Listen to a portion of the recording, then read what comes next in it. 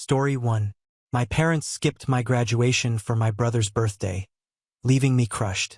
A year later, I received an award and he asked, "How did you do it?" My name is Jackson, and I believe I now understand what it's like to entirely remove toxic individuals from your life.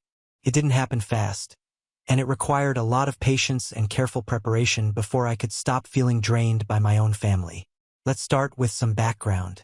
I grew up in a family that, let's just say, favored my younger brother, Oliver, in ways that could not be ignored. From birthdays to academic accomplishments, weekend getaways to family dinners, everything focused around him. And if I ever tried to speak out or celebrate my own accomplishments, I was either rejected or made to feel bad for focusing on myself. The turning moment occurred at my college graduation. I worked my ass hard for hundreds of hours of studying, part-time jobs, and internships, and I graduated with honors. I sent out invites to my parents, brother, and a few relatives. I hoped that this time they would show up. Spoiler alert, they didn't. Instead, my mom texted me the morning of the ceremony, "Sorry, Jackson, we cannot make it. Don't forget Oliver's birthday meal next month. It is a major event and you are expected to attend. No congrats. No acknowledgement of my efforts. Just a reminder that my brother's event was somehow more significant." I did not go. I stayed at home, strolled around the vacant apartment I had been renting near university, and felt a mixture of rage, hurt, and relief. In that moment, I recognized that my parents would not change. They weren't going to suddenly recognize me as someone worthy of celebration. For the following 6 months, I had no communication. I prioritized myself, my work, and my mental health. I threw myself into a project I'd been working on for years, a software business idea that I felt might make a difference. I did not inform anyone in my family. I did not need their approval or affirmation. Meanwhile, Oliver maintained his ideal life trajectory. At least, that's how they depicted it. My parents were always gloating on social media about his promotions, parties, and trips. Every message served as a reminder that the family had determined who deserved attention and who did not. Then came the unexpected twist. 10 months later, I was asked to speak at a major awards event in my profession. Something I never dreamed would happen to me. The night of the event, I stood backstage with my heart beating. Not from anxiety, but because I was finally living my life on my own terms. That's when I spotted my brother, Oliver. My parents were not with him this time. It was just him, and he seemed surprised and perplexed. His expression was a combination of amazement and dread. He'd heard about the prizes, but seeing them in person was different. How? How did he accomplish that? I could hear him muttering under his breath as he watched me walk on stage. I did not turn around.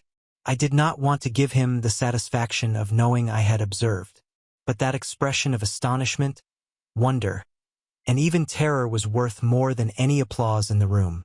I got up to the stage, took the prize, and gave my speech. The audience was engaged, clapping, and really interested. Meanwhile, my brother stayed in the back, twisting his hands and attempting to figure out what went wrong. After the ceremony, I did not hurry to rejoice. I enjoyed a nice meal with a few close friends who had helped me get through the long nights and difficult months of establishing my enterprise. It was simple. A tiny, comfortable table, laughing from shared stories, and a sense of achievement. It was the perfect night for me. Calm, gratifying, and all mine. But my phone kept buzzing. At first, I dismissed it, figuring it was a usual congrats from coworkers. But then I understood it wasn't. It was a mix of unfamiliar numbers and some familiar ones that I hadn't seen in over 6 months. My mother's, father's, and Jarrett's phone numbers.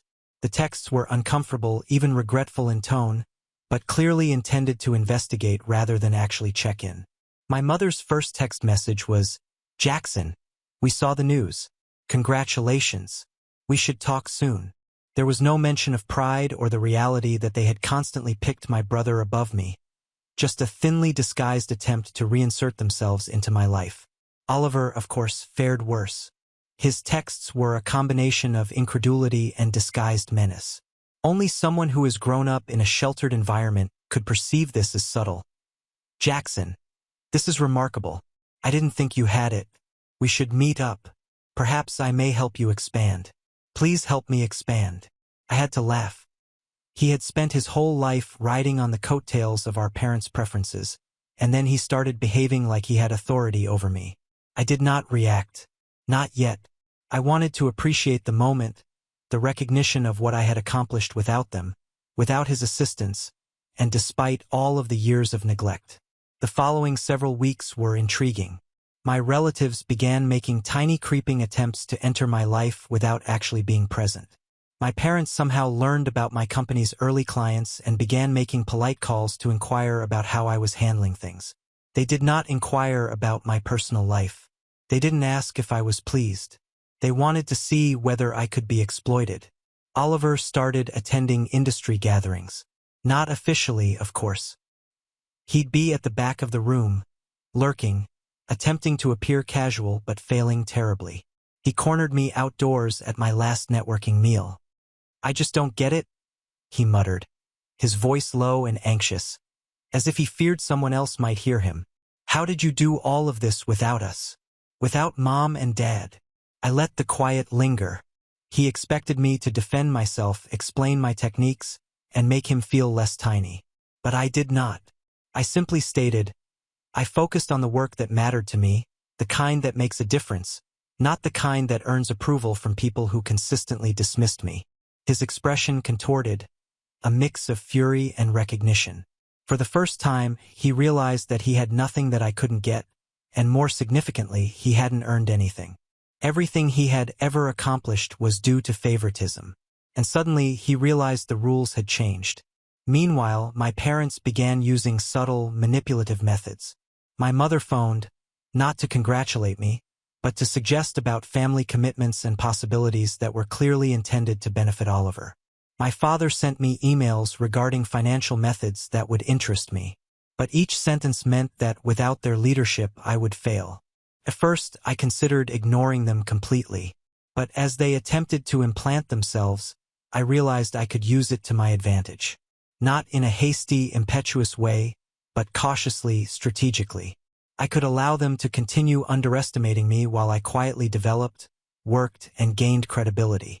They didn't realize that I had spent years studying their strategies, understanding how they controlled people, and that I could now predict every move. Then came the day when the firm received its first substantial public recognition. A major magazine was promoting creative companies, and my company featured on the cover. I knew my folks would see it eventually. Social media and industry news are difficult to escape. I also knew Oliver would hear about it and likely behave rashly. I was correct. My brother's frenzied texting began as soon as the magazine reached digital news stands. "Jackson, halt. This is too much. How are you doing this without assistance? Why haven't you told us? This is not fair." Fair. He really had the arrogance to use the term fair. After all those years of favoritism, mistreatment, and being encouraged to settle for less, my accomplishment suddenly seemed unjust to him. I smiled silently, enjoying the moment, knowing that the next stages would take patience. This was the lull before the storm, and I could already sense worry creeping in. Oliver's ego was crumbling, and my parents realized that their typical techniques were not going to succeed. And then, just when I thought I could quietly celebrate my win, something unexpected happened at the next industry gala. Oliver arrived uninvited just as I was being introduced for another award. But this time he was not alone. He had invited someone I didn't recognize, a high-profile investor whom he had somehow persuaded to attend. He stood there smirking, a combination of phony charm and terror. "Jackson, perhaps we can speak after the wedding. I believe I can help you scale quicker." I glanced at him and saw the despair in his eyes. He still didn't get it. He still didn't comprehend that I didn't need him, I didn't need them, and that any attempt to influence me now would simply expose their flaws. I nodded nicely, collected the medal, and smiled to the audience. But within, I was already planning. It was no longer about proving myself to them. It was about demonstrating that years of neglect, partiality, and manipulation had unintended repercussions. The gala that night seemed strange. I had attended a couple of similar gatherings previously, but this one had a distinct vibe. Normally, I would have been anxious standing under the bright lights in front of a gathering of investors, journalists, and IT entrepreneurs. But tonight, my concentration was sharper. I was intensely aware of the folks lurking in the background, the ones who should have supported me all along, but instead chose to undercut or disregard my accomplishments. Oliver stood out like a sore thumb. He tried to hide his unease with a false grin while standing near a table where a major investor had taken a seat. I didn't know the investor directly, but Oliver plainly believed that proximity may provide him with power. The boldness of it made my chest clench, not in anger, but in anticipation. I knew he was overreaching, and I was eager to see how far he would go. The evening proceeded, and I received a few more plaudits. A panel discussion emphasized my company's innovative approach to addressing a long-standing industry issue. As I talked, I felt Oliver's gaze on me. No, not admiration, he wasn't capable of it, but he had a flash of worry, as if he was trying to figure out how to interfere without being silly. It was almost comical, if not for the years of entitlement it revealed. After the session, I moved away to greet a few colleagues. That's when I felt his shadow approach. "Jackson, might we talk?" Oliver's voice sounded extremely nonchalant. Yet, it had an edge, the type of edge that only comes from someone who is afraid of losing control. I hesitated, smiled politely, and nodded. Sure. Let's go outside." He removed his mask once we were in a quieter hallway away from the crowd. His gaze darted about, agitated, even panicked. "Listen, I don't understand how you did this. 1 year ago, you weren't even on our radar. Now you're gaining national recognition, honors, and financial interest. How?" I gave a quiet laugh. I concentrated on what was important to me. I stopped seeking approval from those who repeatedly underestimated me and began completing the task. "I suppose that is something you would not comprehend. You've always looked to your parents for advice, opportunity, and a support network." He flinched in response, a small but revealing gesture. "It's not like that," he answered defensively, but the trembling in his voice betrayed him. "Perhaps you had some luck, connections, and timing. I can help you, Billy. If we work together, you could grow quicker." I shook my head gently, allowing the stillness to linger for a time. "I don't need your help, nor do I need theirs." His jaw hardened. I could almost see the gears spinning in his mind, trying to make sense of a world where he didn't have an edge. "Jackson, you don't get it," he continued, his voice rising slightly, though he attempted to conceal it. "Mom and Dad, they can open doors. You need them. You'll reach a plateau without them. You'll hit walls you can't break on your own." I laughed softly, the kind of laugh that comes from knowing someone is completely miscalculating you. "I've spent years breaking walls without anyone's help, and every time you relied on them, I watched and learned." The look on his face was priceless.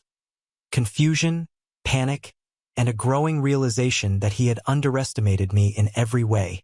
He wanted to storm off to regroup, but he lingered as if hoping I'd stumble and need him. Meanwhile, unbeknownst to him, my parents were also watching from a distance.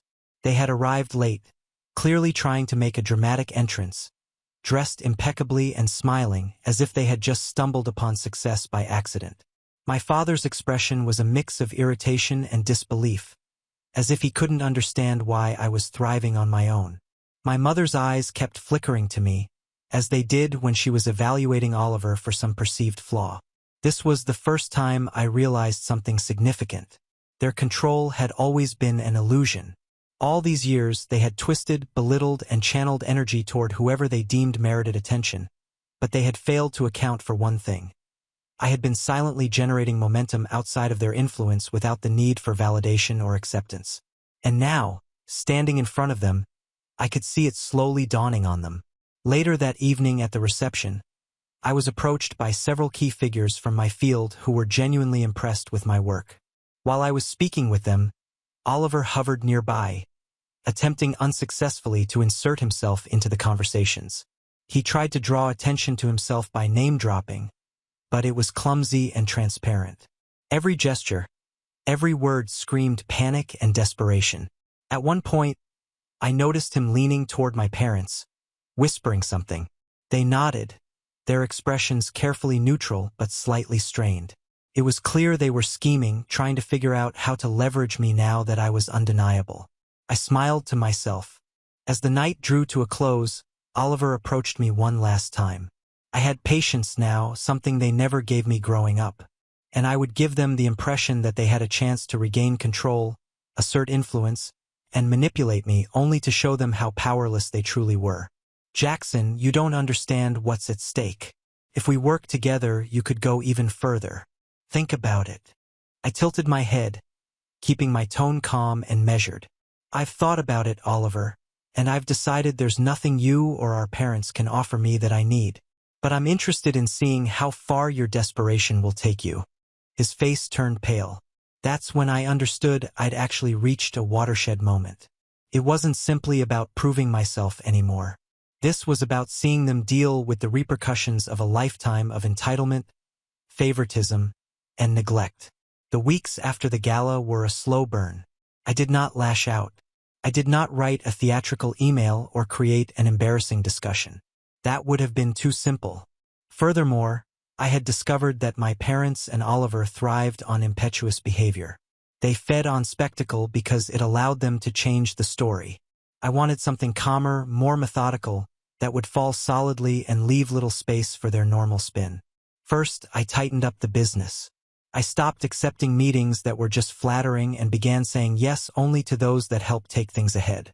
I recruited a modest public relations specialist who understood nuance, someone who could create a picture that did not shout, "Look at me," but rather presented facts so plainly that the truth had no option but to reveal itself.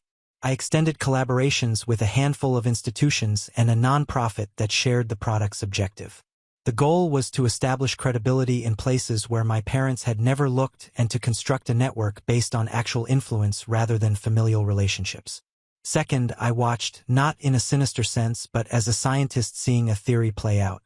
Oliver continued to make boneheaded actions that only someone cushioned by continual parental rescue could do.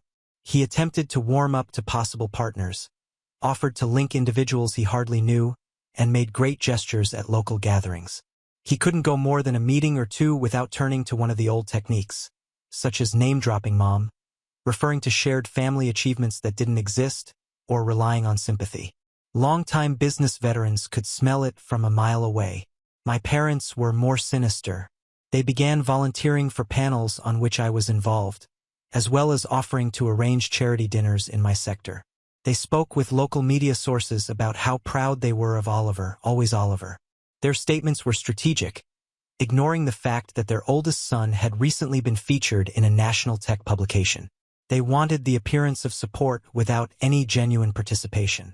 It was as if they were attempting to project an idealized image of themselves onto my existence, one in which they were important. They had no clue how foolish they looked. I devised a method that didn't include embarrassing them for the purpose of it. This was about the truth and accountability. If you neglect someone for years and then try to reintegrate them after they've shown themselves, such conduct will have consequences. You cannot create a moral ledger. I intended to reveal their pattern in a calm, professional, and impactful manner, mirroring the approaches they used against me. The chance arose when a large industry symposium invited my business to deliver a case study on stage. This was not a vanity event. The audience would include academic partners, possible clients, and most crucially, some of the civic groups that my parents want to woo for their generous image. I reserved a larger space, organized a live demo, and most importantly, planned for a short documentary-style montage to play at the conclusion of the presentation. The montage was created using recorded conversations with people who have benefited from the product, a small-town school director who used our resources to transform after-school programming, a healthcare coordinator who has lowered wait times, a few early adopters who observed meaningful results. There will be no name-calling or dramatization, only impact testimonials. But I also had another tune. Over the last 6 months, I'd spoken with a few trustworthy acquaintances and former classmates who remembered details my parents had tried to conceal. They skipped the graduation, never went to the scholarship banquet, and rejected me from family gatherings. I asked these folks politely and respectfully if they would be prepared to participate in one short piece that detailed what happened. I kept it as factual and emotion-free as possible, including dates, missed events, statements from my parents, and social media updates that always promoted Oliver while ignoring me. It read like a dossier, and it was backed up by receipts. Past invites, screenshots, even a few of the social media postings my parents had forgotten about. I realized how vicious that sounded on paper, but my goal was not to exact retribution for the sake of it. It was intended to demand a public accounting. If they wish to reestablish themselves today, they should be prepared to answer the question, what did your favoritism cost? What were the repercussions of constantly choosing spectacle above support? I wanted a response that could not be altered by family group chat conversations or softened by smiling images. Weeks of preparation have passed. I practiced my presentation until it was second nature. I scrutinized the montage until every clip had a purpose. I ensured that the nonprofit executives and educational partners in the room knew what I was doing, not as a personal assault, but rather as an example of what happens when societies overlook brilliance in favor of ease. My public relations representative wrote a balanced news release that described the occasion as a case study and social impact reveal. Nothing about family turmoil or sensationalism. If the press took up on what happened, that's good. If they don't, that's okay. The information may stand on its own. When the day arrived, the room was alive with the quiet hum of professionals exchanging cards and coffee cups clinking. I observed as individuals found their seats, and a few faces I recognized from previous occasions took their places. I noticed my folks in the rear on a row with an easy exit. They looked perfect. My mother wore a fitted dress, while my father had a clean haircut reserved for official appearances. Oliver stood alongside them, uncomfortable and watchful like an understudy waiting for his cue. They all stared at anybody passing by with pride, as if they were family. I felt nothing but cold resolve. I delivered the presentation with a consistent pace, emphasizing KPIs and user stories while asking rhetorical questions to make the technical parts understandable to a general audience. People leaned forwards. They wrote notes. The demo worked flawlessly.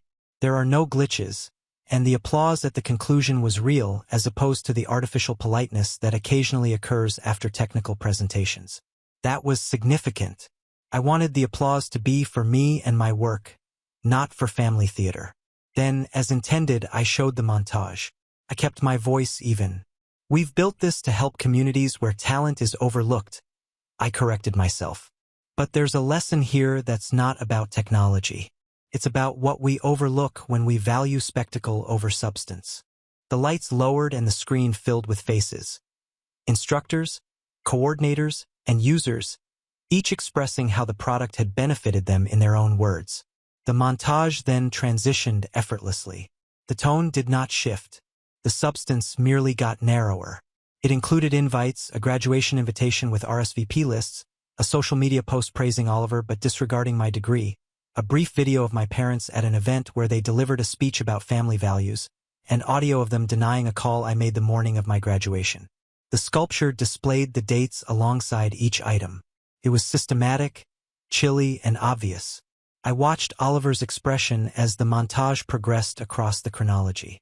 First he blinked, bewildered. Then his mouth became a tight line. He grabbed for my mother's hand, seeking comfort. My parents' grins wavered.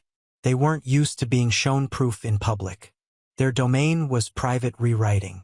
The room became quieter, not because the picture was amazing, but because the pattern it displayed was plain and simple to grasp. When the final frame faded to black, I grabbed the microphone again. I did not accuse. I did not give a sermon. I merely asked one question. If we're serious about supporting talent, what do we do when someone in our community is repeatedly overlooked by their own family? How do we ensure the next Jackson has support from their earliest moments? The question was polite, even scholarly, and that was the purpose. Prompted a bigger discussion. Provided space for reflection. But before the panel could begin the open debate, I sensed a presence behind me. A familiar tightness that set my jaw. Oliver had stood up. He strode through the rows like someone who had practiced wrath in secret, the kind of controlled outrage he'd used to deflect blame at family gatherings. He approached the platform and began speaking in a clear voice. "That's enough, Jackson," he said. "You made this about Dad and Mom, although they had nothing to do with it. You're twisting things for attention." The room moved as conversations fluctuated between surprise and interest. My mother stood slowly, her cheeks heated in a manner that didn't match the cool serenity she'd maintained all night. My father's countenance tightened, protective and skeptical. I could have stepped back, let them retort, and let the family narrative try to smooth the montage with charm and effect. But I'd spent months building a moment that would not be undone by the same old tactics. I looked at Oliver, then at my parents, and quietly said, "If you want to say something, please do. Say that to everyone in this room, not to me in private. Explain why you missed my graduation and why my job is less essential than a supper for Oliver. Say it now." Oliver's jaw twitched. He opened and closed his mouth. My mother's hand trembled where it grasped my father's sleeve. Cameras clicked from surrounding tables. A few attendees went for their phones. I could feel the air changing. Oliver swallowed and then, in a way that would decide everything, began speaking. His opening words were exactly what my parents had always relied on: charm, plausible deniability, and an appeal to a crowd that preferred neat explanations over uncomfortable truths. He framed my montage as an overreach, an attempt to weaponize family against them, and he called it unfair. I listened calmly, allowing him to build his case. He was articulate enough to sway someone who didn't know the backstory, but he didn't account for one thing. I had prepared for this. I had lined up a few quiet allies in the audience. People who had seen Oliver's half-hearted attempts to attach himself to projects and who would not let a performance rewrite history. I had also arranged for a copy of the montage to be distributed to several of our attendees. And most importantly, I had a final piece that I hadn't shown yet, something I kept back precisely because of the drama it would cause if released impulsively. As Oliver's voice grew more insistent, the first of those allies rose, followed by another. A few individuals at the front desks began asking clarifying questions about dates, invites, and access, and the debate that ensued was no longer within Oliver's control. It was a parsing of evidence, an interrogation by experts seeking clarification rather than drama. My mother made eye contact with me for the first time that night, and I could see a flicker of something like calculation followed by fear. She began to speak softly at first, then louder, offering an explanation that attempted to reframe years into a single misstep. It was practiced and tidy. At that very time, the lights in the seminar hall dropped again and someone in the AV booth on my signal loaded up one final film. I observed my mother's expression as the screen lighted up behind her. She'd been honing her tale for decades for family, friends, and community leaders. The 30-second film began with an old voice call she had left for someone else years ago, unaware that the audio had been kept and authenticated. The message was casual, even commonplace, but it featured a remark she had never stated in public. "We can't spoil him. He must understand the importance of not being given everything." The context was quite ordinary, but to the audience it read like proof, a candid admission that there had been a pattern of privilege and managed narratives. My mother's lips parted. My father's face lost its practiced calm. Oliver's eyes darted between his parents and me, and the room held its breath. I had one more thing cued. The montage's timeline was tied to a single unmistakable fact in one final frame. The date of the graduation invitation was shown next to the social post where my parents celebrated Oliver's latest party. The juxtaposition was simple and brutal, requiring only acknowledgement rather than apologies. With the projector slowly humming and the audience's attention absorbed, Oliver took a step forward. His countenance was a mixture of desperation and something else. Genuine fear, I assumed. He lifted his hand as if to stop the reel. "You can't do that, Jackson. This isn't," he started. But his words faltered beneath the weight of the room's quiet. My finger hovered over the remote. The next clip was cued and ready. A short private recording of a family dinner where my parents laughed about how well Oliver was doing and how Jackson was always the quiet one, as if quietness equated to lesser potential. It was small, almost throwaway footage, but in this context it would be the closing chord. It would prompt a question that no one could nicely reframe. What do you do with people you ignore? I sat there, remote warm in my hand, feeling the gravity of the moment. The room leaned in. Oliver's breath hitched. My mom's eyes flashed something like panic. My father's jaw clenched. People murmured, some reaching for their phones, others looking at the stage as if the next action might change their perception of the entire family. I had taught myself to be calm, patient, and truthful. But as the second lengthened, I realized I had arrived at the very place I had been working toward for months. The question was not if I would expose them, but how. I pressed the button, the projector clicked, and the final clip rolled, leaving the room completely silent. The footage showed my parents at that family dinner years ago, laughing and clinking glasses as they discussed Oliver's latest accomplishment while dismissing me casually. Oliver's face paled, and he took a step back as if the air itself had suddenly become too heavy to breathe. The words were simple, almost conversational, but in context they were damning. It wasn't just favoritism. It was systematic neglect repeated over years and documented in black and white. My parents were transfixed as well, their polished grins replaced by astonishment and barely veiled dread. My mother's hands trembled as she grasped my father's sleeve, and my father's mouth clenched into a stiff line of incredulity. They had always assumed they could manipulate appearances, smooth over their mistakes with charm and selective storytelling. But this time, the truth was unavoidable. The audience murmured softly, not in mockery, but in the quiet recognition of evidence laid bare. They weren't judging me. They were judging the entitlement system in which I had grown up. And the system had cracks that couldn't be patched. I stepped forward and lowered the remote. "This isn't about retribution," I replied calmly, addressing the crowd.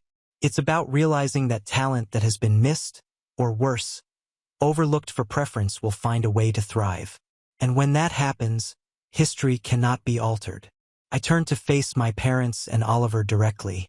"You had the opportunity to support me, encourage me, or even recognize my efforts. You decided not to. The repercussions of that choice are what you're witnessing today." My parents tried to respond at the same time. My father's voice was tight and guarded. "Jackson, that wasn't the case. We didn't." I raised my hand to stop him. "Save it. I've chronicled everything publicly and privately. It does not matter anymore. This is not for you to spin. You can't undo what has happened." Oliver eventually found his voice, but it was a hoarse whisper of desperation. "Jackson, we can solve this. Just let me." "No," I replied firmly. "There is nothing to mend. You will not manipulate me or anybody else here. You will not pretend that this never occurred. You had years to assist me. You decided not to. That's the truth." By this point, several audience members had quietly started recording while others were nodding to each other and whispering comments about accountability and the consequences of neglect. The moment had shifted, and it was no longer a family spat but a lesson in entitlement and its limits. My parents left shortly after, flustered and visibly shaken. Oliver lingered for a moment, looking like he was about to argue, but he realized there was no way to regain control. The rest of the attendees, friends, colleagues, and partners, offered congratulations and expressed admiration, not only for my work but also for the courage it took to expose the pattern with clarity and professionalism. There was no drama, no shouting, just undeniable truth. Oliver, on the other hand, began quietly withdrawing from the industry circles where he had hoped to capitalize on my success. My parents tried to reach out, first with apologies, then with attempts to charm, and finally with veiled criticisms disguised as concern. But I remained firm. No contact, no forgiveness, and no manipulation would succeed anymore. His attempts to network via my contacts failed because others recognized the pattern of entitlement and understood he hadn't earned anything. In the meantime, I concentrated only on development, and my firm grew quicker than I expected. Investors came forward impressed not only by the technology but also by the founder's integrity. I hired a small, trusted team that valued substance over appearance, effort, and results over charm and manipulation. And my life was no longer measured by their approval or my parents' shifting standards. 1 year later, when my firm secured its first significant national contract, I received a quick text from Oliver. "Jackson, how did you do it?" I didn't react. I didn't need to. He already knew the answer. And more significantly, so did my parents, who had lost the narrative, lost control, and were finally facing the repercussions of a lifetime of entitlement and neglect. The situation is now clear. I am thriving, independent, and unassailable in my field. My parents are estranged, their image tarnished in the circles that matter. Oliver is floundering, struggling to navigate a world where he has no unearned leverage. I have no desire to reconcile, and I have no intention of forgiving. The lesson is complete and the truth is undeniable. In my situation, the repercussions of ignoring, undervaluing, or choosing entitlement over work were severe, and I now feel liberated.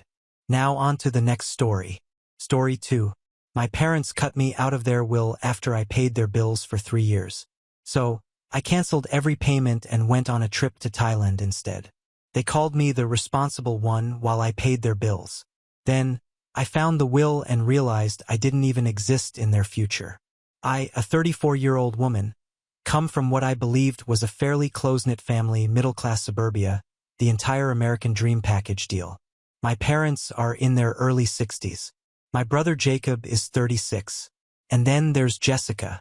We are not the Hallmark movie kind where everyone hugs and expresses their emotions. We're more the type that communicates through passive-aggressive comments about one another's life choices over dry turkey on Thanksgiving. But I've always assumed we had each other's backs when it counted. To put things in perspective, I've always been the responsible one. I had good grades, attended a state college, and secured a steady career in pharmaceutical research. It doesn't get me invited to expensive cocktail parties, but I pay my bills and have my life in order. Jacob, on the other hand, has always been the ideal child. He attended a more prestigious college, which my parents helped pay for, whereas I took out debts that I'll most likely still be paying off when I'm in adult diapers. He earned an MBA and now works at a software startup where he makes a nice living, but he still manages to be too busy whenever my parents require practical assistance. It's interesting how being busy forces you to be choosy. Growing up, our duties were rather well defined. Jacob was the star, and his football games and debate tournaments required family outings. Meanwhile, I once won a statewide scientific competition, but my parents missed it because Dad had a golf game and Mom had a hair appointment. When I arrived home with my trophy, Mom simply responded, "That's nice, honey. Did you remember to defrost the chicken for dinner?" Cool, but I wasn't bitter. Okay, perhaps a little bitter, like lemon peel that has been left in the sun for a week. But I handled it. I assumed that was just how families worked. Someone gets to be the star, and someone else gets to be whatever I was. The supporting role, the sidekick, or the chicken defrosting champion. I moved out at 18 for college, worked 2 jobs while taking full-time classes, and finished with honors. My graduation party was at Denny's breakfast, and my father spent the majority of the time talking about Jacob's new condo in Chicago. Jacob wasn't present. He was networking in Cabo. Apparently, tequila shots and sunburn are important job development tools. Who knew? After college, I worked at a pharmaceutical research company, starting at the bottom and working my way up to senior researcher. It's not glamorous, but it's stable. Good benefits, a 401k, and the usual boring adult package. I bought a little condo and acquired a cat named Professor Nibbles. Shoo, I was high when I signed the adoption papers, and settled into a peaceful but fulfilling life. Jacob, meanwhile, hopped between sexy-sounding roles at firms like Blastcore and Nexify, which appeared to specialize in producing branded hoodies and press releases about disrupting industries that didn't need to be disrupted. He lived in high-end downtown apartments, dated Instagram models, and always appeared to be on the verge of success. By the way, what about the big making? It never really happened, but my parents were persuaded that it was just around the corner. So, this is when things get crazy. My father experienced a health scare about 3 years ago. It was nothing serious in the end, but it was enough to land him in the hospital for a few days. Mom was a mess, so I took time off work to handle everything. Hospital paperwork, insurance calls, bringing Mom food that wasn't radioactive cafeteria muck, walking their dog, and so on. Jacob sent flowers and called once, because nothing screams, "I care," like a $50 bouquet and a 3-minute phone call, while you're most likely taking a poo. During that hospital stay, I remember sitting in Dad's room while he slept. Mom had gone home to shower, so I was catching up on work emails. Dad awoke after midnight, bewildered. "Jessica," he said, "where's Jacob?" "He's in Boston, Dad. For work, remember? He called earlier." Dad nodded slowly. "He's doing so well, isn't he? Such a good son." I simply smiled and helped him take a sip of water. Whatever. Dad was taking pain medication. I was not going to get into it. After Dad recovered, they began talking a lot about getting their affairs in order and ensuring that everything was correctly set up. I didn't think much about it. It appeared sensible following a health scare. Then I started noticing small details. Dad requested me to assist in setting up automatic payments for their bills because technology is confusing. This from a man who worked as an electrical engineer for 30 years but suddenly forgot how buttons operate. Mom called to ask if I could help with their property taxes because they were a little short this year. The requests became increasingly frequent. Cable bill, water bill, new roof, plumber. Every time it was just temporary or just this once. But it eventually became my normal position. I was essentially financing their lifestyle while working full-time and saving for my own future. The future when I can retire before I'm 97 and possibly afford both rent and avocado toast in the same month. When they first begged for financial assistance, I was really concerned. My parents had always been financially responsible. Dad's engineering career had been well compensated, and Mom's part-time work as a school secretary had provided a decent second income. They owned their home outright and were saving for retirement. What has changed? "We're just in a bit of a tight spot," Mom responded vaguely when I questioned her. "Investments, the market." I did not push it. Perhaps they had made some questionable investing decisions. Perhaps their retirement assets had taken a hit. This happens. They'd also helped me out when I needed it, such as when my car broke down in college and I couldn't afford the repairs. They sent me $800 with no questions asked. It was my turn to help them out. Except it didn't stop. The requests began tiny. $200 here for an unexpectedly high power bill, $350 there for car repairs, but quickly increased. Property taxes, insurance payments, a new water heater, new windows, and a kitchen remodel that evolved from, "We're just updating the countertops," to, "We need all new appliances and custom cabinets." Meanwhile, Jacob would come in for holidays, bringing lavish gifts and spinning stories about his business adventures, and my parents would gobble it up. "Jacob is doing so wonderfully. Jacob recently received a promotion. Jacob is considering purchasing a vacation property." Yeah, it's easy when you're not spending $800 every month on someone else's bills. It's amazing how much disposable income you have when you're not depositing it into your parents' bank accounts. I tried to keep track of how much I was feeding them, but it just got away from me. Between the automatic payments I'd set up and the random emergency demands, I was probably handing them $1,000 to $1,500 every month. That isn't pocket change. That is a mortgage payment. That is a nice automobile. That is a yearly vacation to a place that requires a passport and does not have bedbugs. But every time I began to question it, to wonder if I should be saving that money for myself instead, the guilt set in. They were my parents. They had nurtured, fed, clothed, and cared for me when I was unwell. How could I not assist them when they needed it? So I kept paying, helping, and being the responsible party. I reduced my personal spending by canceling my gym membership, switching from the expensive salon to Great Clips for haircuts, and meal prepping pitiful little containers of rice and chicken instead of going out to lunch. I told myself it was only temporary until they got back on their feet. At first, I didn't mind helping out. They're my parents, But something about the circumstance felt odd, and I couldn't put my finger on it. Like when you walk into a room and forget why you're there, except that the room is your family dynamic and what you forgot is your self-esteem. Then, around 6 months ago, my mother texted me inviting me to a Zoom meeting on family financial planning that weekend. I hoped that they would eventually acknowledge all of my assistance and devise a fair system. Perhaps some sort of thanks for keeping our lights on for the past 3 years. "You're the best daughter ever." Except in speech. A girl can dream. I arrived 5 minutes early, dressed in a good blouse and combed hair, and appeared to be a responsible adult who did not eat cereal for dinner standing over the sink. Mom and Dad joined next. Jacob came in last looking like he had just stepped out of a J.Crew catalog. Neatly ironed button-down, artistically tousled hair, the kind of casual expense that costs a lot of money and time to create. "Hey everyone," he said, flashing that white striped smile. "Let me just share my screen." Jacob actually ran the entire presentation, sharing his screen with PowerPoint slides about estate planning and wealth management. My parents simply nodded along as he discussed their home investments and retirement funds. Jacob had seemingly landed a side employment as a financial advisor infomercial host based on his delivery. "As you can see," Jacob explained, referring to a pie chart that made about as much sense to me as quantum physics, "we can restructure the portfolio to maximize growth while providing necessary liquidity for current expenses." Mom and Dad were nodding like the bobblehead dogs that people place in their vehicle windows. They didn't understand what he was saying. I could tell since I've noticed the same nodding when I try to explain my study to them. They're sporting the "we're pretending to follow but actually thinking about what's for dinner" facial expressions. The strangest part was that my name was not mentioned once during the entire call. Not once.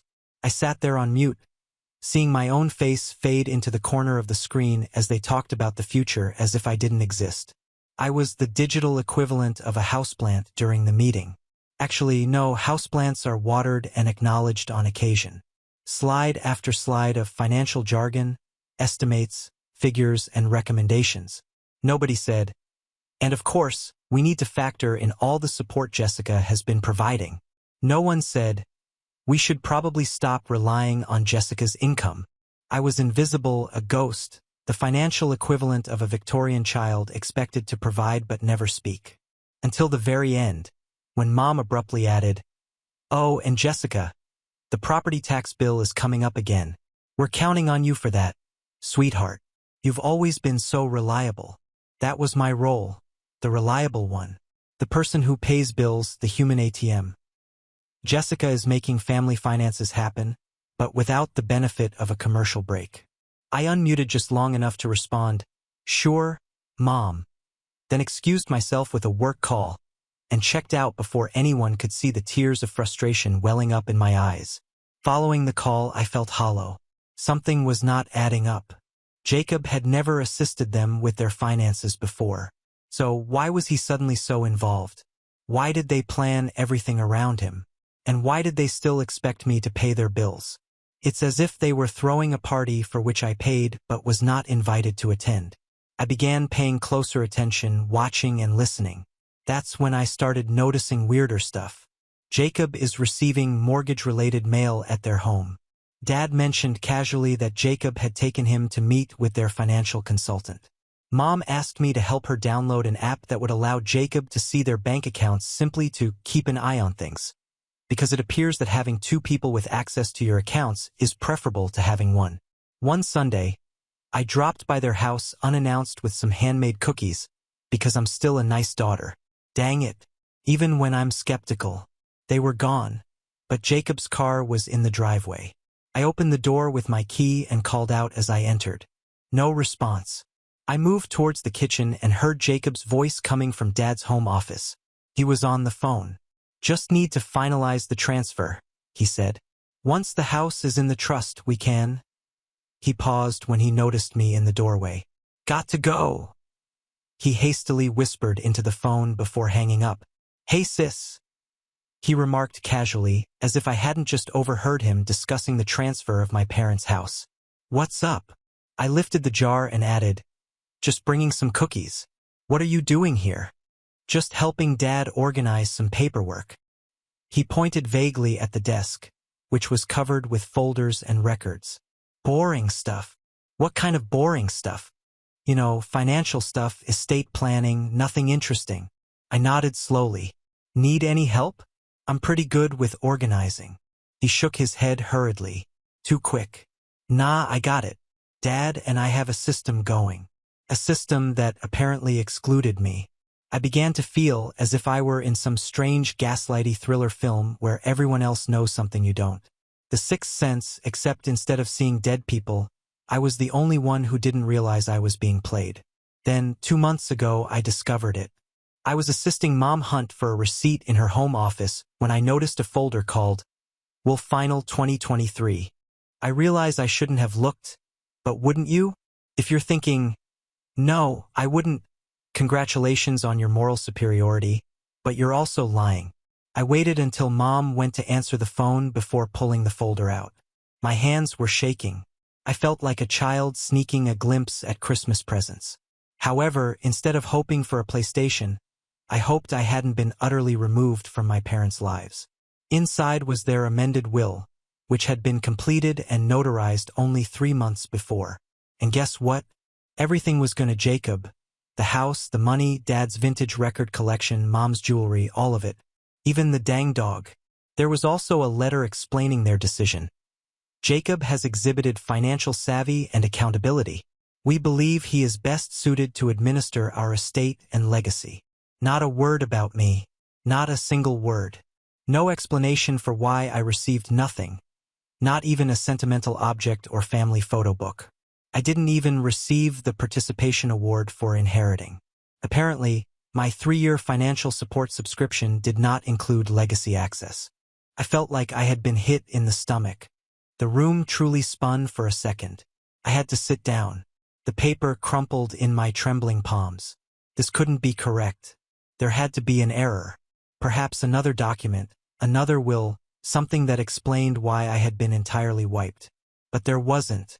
Page after page explaining how Jacob would get everything, how he would handle the estate, and how he would carry on their legacy while I, presumably, would receive nothing beyond the satisfaction of knowing I had helped pay for their retirement while being written out of their existence. I returned everything precisely how I found it without saying a word. But within, I was screaming. All the bills I'd been paying, all those times I turned up when they needed assistance. I skipped all of my trips because I was sending them money instead. And this is how they saw me, as nothing. I could have set myself on fire to keep them warm, but they'd complain about the smoke damage. I drove home in a trance, unsure what to do. Confront them? Demand an explanation? Beg for inclusion? Write a letter that is firmly written? Hire a skywriter to spell what the fudge over their house? That night, I was unable to sleep. I continued running over the last 3 years in my brain. All the checks I'd written, all the automated payments I'd set up, and all the times I'd reached into my money to assist them. And for what? To be erased. To be nothing. I brought out my bank statements and began toting up the payments. Over 3 years, I had given them more than $40,000. $40,000. That's a down payment for a house. That is a master's degree. That's a tremendously fantastic car or a rather mediocre boat.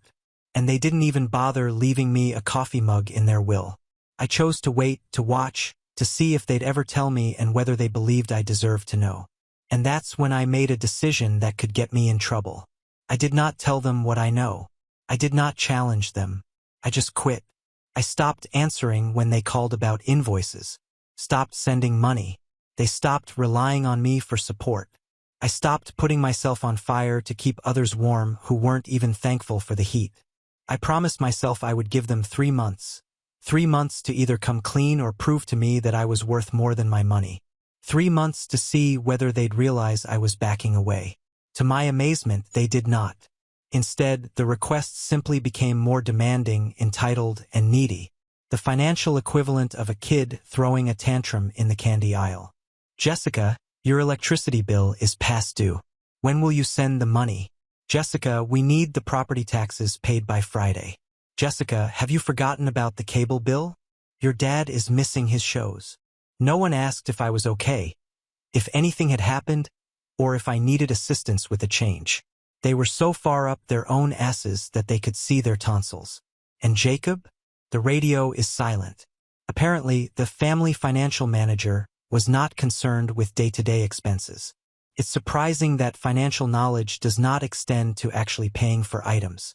Around a month into my financial strike, I went to their place for dinner. Mom had called and expressly requested that I come over. We need to talk about something, she said, which typically means, we need you to write a check for something. I didn't want to go, but I went regardless because, obviously, I am a masochist. Perhaps I was still hoping that they would notice that something was incorrect, that they'd inquire whether I was all right, that they'd acknowledge me as a person with feelings rather than just a handy ATM with legs. Dinner was as typical, with conversations dominated by Jacob's newest accomplishments, even if he wasn't present. Dad mentioned Jacob's interest in investing in a new technology startup. Mom added that Jacob had sent them a gift basket from an expensive place I couldn't afford to buy at. Then, as I was helping to clear the dishes, Mom exclaimed, "Oh, Jessica, the property tax bill arrived yesterday. It's $3,200 this year. Can you take care of it by Friday?" Just like that. No, please. There was no acknowledgement that she was asking me for $3,000. There was no recognition that I had been ignoring their payment solicitations for several weeks. Just the assumption that I would pay. And that is what I did. That was my role. The accountable one, the wallet. "I can't this month," I responded, keeping my tone neutral as I rinsed a plate. Mom froze, sponge in hand. "What are you saying? You can't." "I actually can't. I'm facing some money problems of my own." This was not a lie. My financial dilemma was that I had been losing money to them for years. "But this is crucial, Jessica. It's a property tax. If we do not pay, we will face penalties." I shrugged. "I'm confident Jacob can help. He's doing so well with his financial knowledge and everything." Mom's expression became convoluted, as if she were attempting to answer a tough math problem. "Jacob? But he doesn't—" "We don't ask Jacob for money." "Why not?" "Because he is busy. He has his own expenses in life. So do I." Mom looked perplexed, as if I had suddenly begun speaking Klingon. "That is different. You're the responsible one. Does that mean I'm also responsible for your bills? We've also assisted you, you know. Do you remember when you needed money for car maintenance in college? We sent it right away. No questions asked." I had to giggle about that. "Mom, it was $800 like 15 years ago. I have given you tens of thousands of cash since then. It's not the same thing." Mom's expression tightened. "I didn't realize you were keeping score. And that was all. The moment I knew nothing would change." They saw no difficulty with the arrangement. They didn't understand why I was backing off.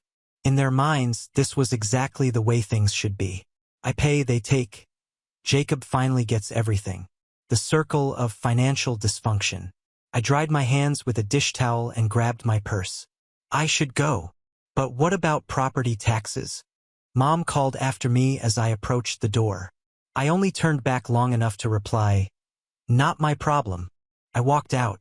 Then, 3 weeks ago, Mom called and invited me to join them for lunch. "We need to talk about something important," she told me. My heart actually skipped. Was that it? Would they tell me about the will? Apologize? Maybe they could donate me a kidney.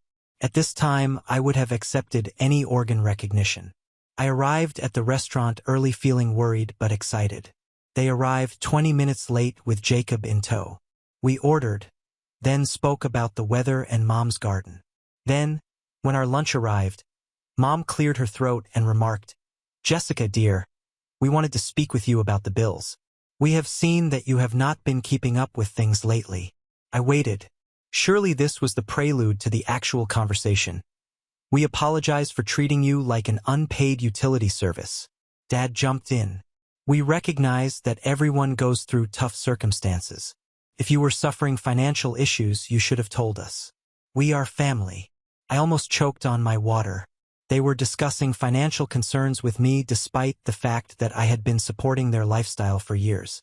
The irony was thick enough to ice a cake, but I maintained my calm. "I'm doing well, actually. I'm just reassessing my budget." Translation: moving monies from the bank of enabling you to the republic of taking care of myself for once. Mom seemed relieved. "Okay, good. So you'll pay the electricity bill this week? It's been 2 months and they're threatening to disconnect my service." Jacob, who had hitherto been silent, added, "It's critical to stay on top of these issues. Financial responsibility is critical." I stared at him. Then I looked at my parents. Were they for real? Was this really happening? Did I have an aneurysm? Was I pranked? Where were the concealed cameras? Jacob continued, warming up to his topic. I've been looking at Mom and Dad's whole financial situation, and I'm concerned. Their retirement planning requires careful thought. That is why I have been stepping in to assist and manage things. Manage things, I repeated. Does that include paying their bills? He had the grace to appear slightly uncomfortable. Well, no, not the daily expenses. It's more about the big picture, like investing and estate planning. The future, I repeated. And that's when Mom dropped the bomb casually, as if she were commenting on the weather. Oh, and while we have you both here, we recently updated our will. Jacob will handle everything once the time comes. With his financial expertise, he is simply more suited to the task. We know you understand, Jessica. You've always been very practical. They'd planned it. I waited until a public spot. I brought Jacob as a backup. They never meant to apologize or explain. This lunch was not to come clean. It was to ensure that I continued to pay their bills, even though they had cut me out of their future plans. It was a response to my sudden surge of financial self-esteem. I sat there, fork halfway in my mouth, as the entire realization poured over me. I wasn't family. I was a utility, a service, a means to an objective. I was not a daughter. I was walking, discussing direct deposit. I lowered my fork carefully, took a sip of water, and set a $20 on the table for my dinner. I think I should go, I murmured gently. But you've barely touched your food. Mom insisted. I simply gazed at her. I really looked at her, perhaps for the first time. I'm not hungry anymore. Not for food. Not for the emotional scraps they were tossing my way. As I stood to leave, Dad yelled after me, "So, about that electric bill?" I turned back just long enough to say, "I'm sure Jacob can handle it. He's better positioned for that kind of thing." Throwing their remarks back at them felt great, like returning a decade's worth of Christmas fruitcakes at once. I walked out. I did not yell. I did not cry. I did not send angry text messages or make theatrical phone calls. I just walked home, sat down at my computer, and carefully withdrew myself from their financial lives with the accuracy of a surgeon removing a tumor. I canceled every automatic payment I had set up. I closed all joint accounts. I contacted every utility company and deleted my name as an approved payer. I emailed their HOA to inform them that I would no longer be paying the dues. I even contacted their lawn service to discontinue the monthly maintenance that I had been paying for. I checked every T, dotted every I, and severed every financial cord with the same care as someone closing their tabs after a night of drinking. Except that I was finally sobering up. The delight I felt with each cancellation, removal, and deletion was alarming. To be honest, it felt too good. Like I was finally regaining control of something that had gotten away from me. Each click, call, and confirmation email added another brick to the wall I was constructing between myself and their financial exploitation. Then I blocked their numbers. Not permanently, but just for a week. I needed time to ponder without the guilt trips and demands, like a financial cleanse. For a week I felt odd. Lighter in some aspects, yet heavier in others. I expected to feel guilty, but instead, I felt sad. It's unfortunate that the family I believed I had didn't exist. I was sad that I had wasted so many years attempting to earn affection that should have been unconditional. You should not have to pay for your seat at the family table. When I unblocked their numbers, the texts poured in. Confused at first, then concerned, then angry. But not worried about me. Concerned about bills, payments, and services. My favorite was Dad's. "The internet is down. How should I watch my YouTube videos?" "I do not know, Dad. Maybe rub 2 sticks together to see if Netflix comes." I did not respond to any of them. What was there to say? "Sorry, your human ATM developed a spine. 2 weeks have gone by, then 3. I concentrated on myself for once. I started looking at my personal money and was astonished to find how much I'd been giving out all these years. Thousands. Most likely tens of thousands. In certain areas, enough money has accumulated over time to purchase a tiny house. If boomers are correct about millennial purchasing tendencies, that equates to around 8,000 avocado toasts. I started therapy. I started spending money on myself without remorse. I joined a gym. I scheduled a hair appointment at a salon that didn't clip pets' fur.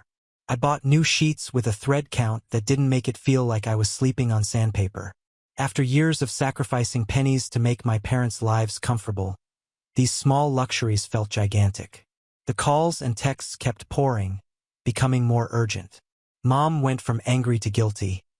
"I'm not sure why you're doing this to us after all we've done for you." Dad was more forthright. "You need to start paying these bills again. This is unacceptable behavior." Then yesterday, I received the text I had been waiting for from my mother. "The electricity is out. Did you forget to pay? I miss you. Can we speak?" There is no acknowledgement of what transpired during lunch. Just the presumption that I would continue to pay. Keep repairing. Keep being the ATM. She could as well have texted "money, please," like Mona Lisa from Parks and Recreation. I glanced at the message for a long time before typing back, "No, I remembered exactly what you said." Then I switched off my phone and went to bed. I slept like a baby, actually. The kind of sleep you get after putting down a backpack full of rocks that you've been hauling uphill for years. I awoke this morning to 37 missed calls and a voicemail from my father who was ranting about responsibility and family obligation. But here's the part where I might become the evil guy. I knew they didn't have enough money to pay the electricity bill. I knew their power would be cut off if I didn't intervene, and I did nothing. In fact, I traveled to their area around the time I realized the power company would be there to disconnect electricity, and parked across the street. I watched as the utility van pulled up. I watched as the worker got out, walked to the meter, and performed whatever they needed to do to turn off the power. I watched the lights in my parents' house go out. I sat there sipping my coffee and feeling nothing. There is no guilt. There's no sadness. Just a serene assurance that this was the logical outcome of their decisions. They had used me. They took me for granted. And now they were learning what life was like without their own ATM. My parents stepped outdoors, both on their phones. I could see them pointing, most likely leaving me more panicked voicemails. Dad paced the driveway. Mom sat on the porch steps, head in hands. I should have felt something, right? Guilt, remorse, the overpowering desire to get in and fix everything. But I only felt relief. I was relieved that I was no longer responsible. I was relieved that I wouldn't have to keep putting myself on fire to keep them warm. Maybe they are right. Maybe I'm the terrible guy for leaving them in the dark rather than simply paying the bill one more time. Perhaps I should have tackled them directly rather than giving them this silent treatment.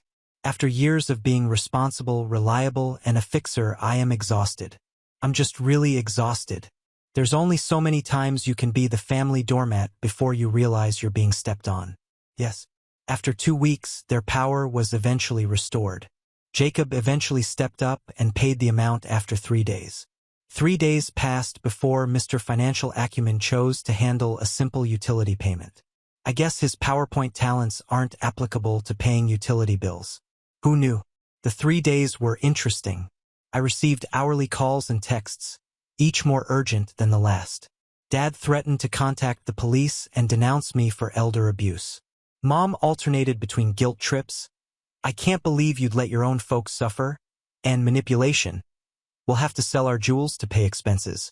Jacob alternated between angry emails accusing me of being heartless and desperate messages asking me to simply pay the bill one more time, and we'd figure it out. I did not respond to any of them. I kept reminding myself of my willpower, of being written out of existence but still expected to support their lifestyle. Years of being taken for granted. It was like a mantra keeping me going when my resolve began to waver. On day 3, the calls ceased. The texts stopped. They all maintained radio silence. I was frightened enough to drive past their residence that evening. The lights came back on. Jacob's automobile was in the driveway. I later learned that he had finally stepped up and paid the electricity bill. Then I spent the evening explaining to my parents that perhaps they shouldn't have relied on me for money all these years while preparing to leave everything to him. Apparently, there was a lot of yelling, crying, denial, and justification. But Jessica never seemed to mind. Second, I received a handwritten letter from my mother yesterday. Not an email or text, but an actual letter demonstrating how serious this is, because my mother despises writing anything by hand. I believe Mother complained about hand cramps the last time she wrote something by hand, which was most likely my birth certificate. The letter was more of a confused attempt to explain what happened than an apology.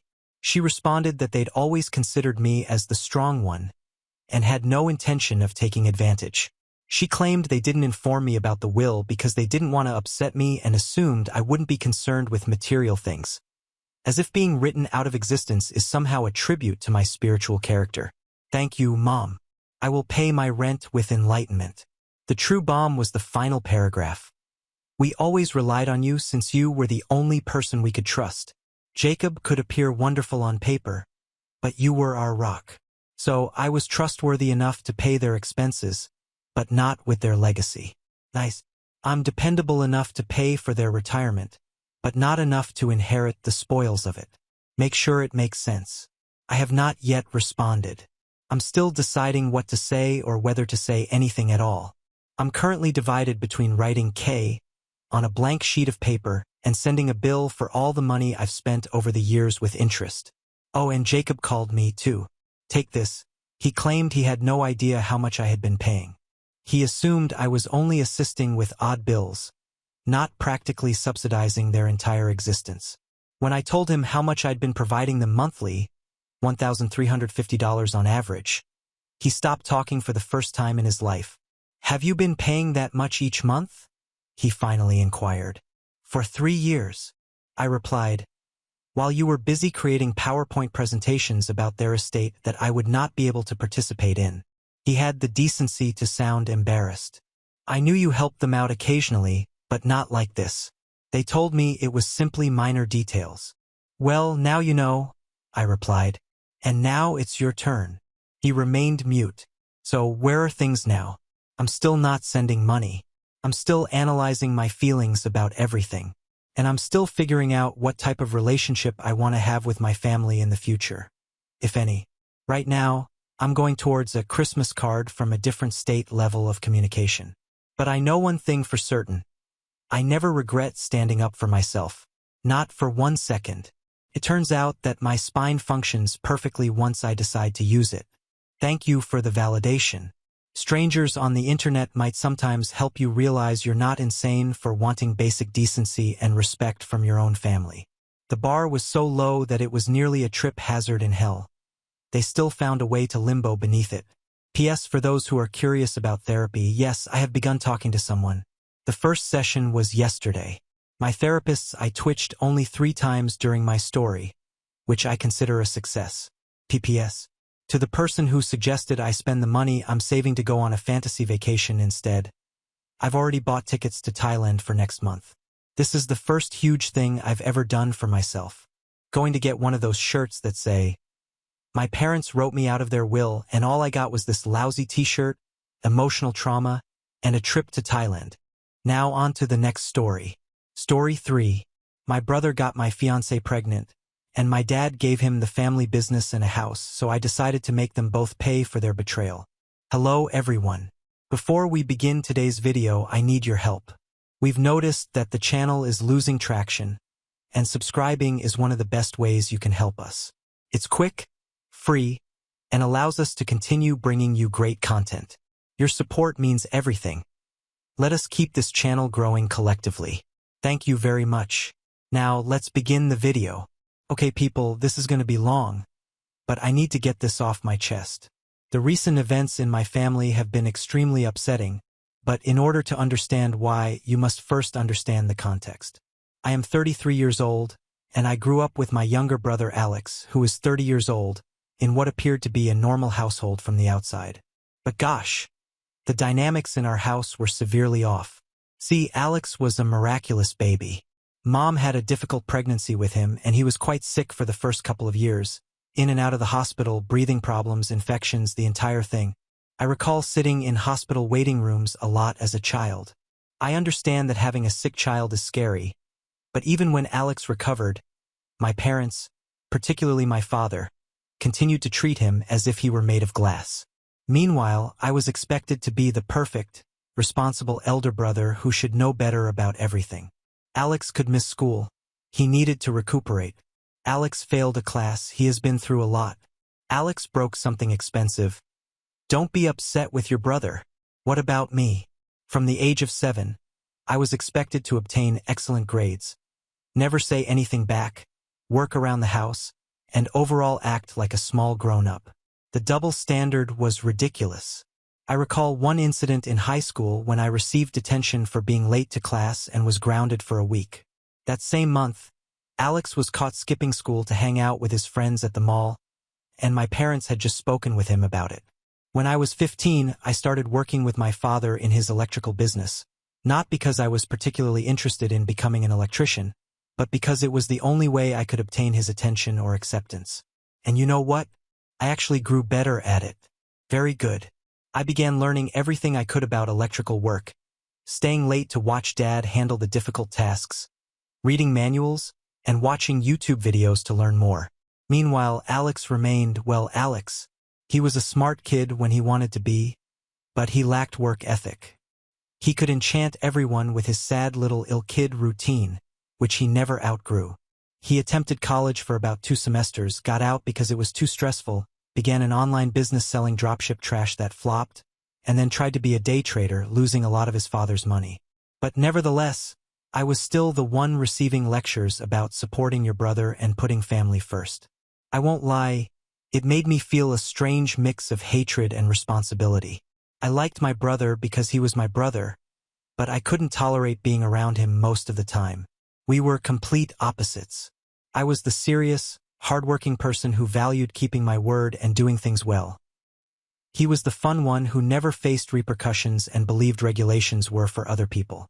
Dad's business was dependable, basic home electrical work, some small commercial work, nothing special, but it paid the bills. I saw potential in it. However, when I wasn't working, I was studying about new technologies, smart home systems, and security installations. Dad was old school, preferring to do things the way he'd always done them, but I insisted on modernizing and taking on larger projects. The strange thing is that even when I brought in new clients or completed large projects flawlessly, Dad would find a way to credit Alex. Your brother's charm really helps with customer relations. He answered phones sometimes. Alex has such good ideas for the business. He suggested we get a website in 2020. I moved out as soon as I could afford it. I moved into my own place around 20 minutes from my parents' house. Close enough to help with the business, but far enough away to have some space. I felt I was doing fairly well, you know? I had my own place, made decent money, and was learning new skills. I was even considering getting my master electrician license and even having my own business someday. Sophie, a 29-year-old female, and I met around 6 years ago while working on a large rewiring job at these upscale flats downtown. She was the property manager there. The first time I saw her, she was arguing with some HVAC technicians about their substandard work, getting into the technical specifics of why their installation was not up to code. I recall thinking, damn, she actually knows her stuff. Most property managers I dealt with wanted things done cheaply and quickly, but Sophie was different. She had read through all of the electrical codes and knew exactly what she wanted done. For the first few weeks on the job, she kept coming around to inspect our work. Not in an irritating way, but because she truly wanted to know what we were doing and why. I began taking lunch breaks when I realized she'd be making her rounds. We'd discuss the project first, then other topics. She told me about growing up with her father, a general constructor, and how she learned everything about construction by helping him on assignments. I informed her about my desire to update my father's business and potentially grow into more commercial work. She was simple to chat to, right? I could rave about my family turmoil and she understood. Her brother was also the beloved kid, a hotshot lawyer who could do no wrong. We joked about forming a support group for responsible siblings. After we finished the apartment job, I assumed that was it, but about a week later, she called the office to report an urgent electrical problem in her own apartment. Dad asked me to check it out. It turned out there was nothing wrong. She just wanted to see me again. I have to say, that was a really nice maneuver. We began dating after that. Sophie was different from the other girls I dated. She did not play games or expect me to read her mind. If something bothered her, she would simply express it. If she was happy, you would know. She also showed genuine interest in my job. She'd helped me study for my licensure examinations and eventually started assisting with the business side of things. Within a year, she was effectively running our business, having implemented a new scheduling system, upgraded our invoicing, and prepared actual contracts in place of the handwritten quotes we used to use. Dad was initially unhappy about it. He preferred doing everything on paper, but he had to acknowledge the firm was functioning more smoothly. I finally felt like I was creating something real. We moved in together after 2 years and started talking about marriage and even having children someday. Sophie would joke about our future children becoming electricians and carrying on the family business. Man, I thought I had everything sorted out. The weird part is that my family liked her at first. Mom was continually calling us over for supper, asking Sophie for assistance with computer issues or soliciting her advice on house renovations. Even Dad warmed up to her once he realized how much she was contributing to the company's growth. We were gaining larger contracts, doing more commercial work, and establishing a solid reputation in the area. Sophie got along well with Alex, too. When I became irritated with his latest unsuccessful attempt, she would defend him, telling me that I should try to understand his point of view better, how growing up unwell might have influenced him. Looking back, I should have recognized that as a red flag, but you know how it is. When you really trust someone, you do not want to see the signs. We became engaged after 4 years together. Nothing spectacular. I proposed at home after we finished the massive project we had been working on together. She'd been helping me plan this large electrical renovation for a nearby hospital, staying up late with me to go over blueprints and deal with contractors. It just felt right, you know? As if we were true partners in everything. Around a year ago, things began to change.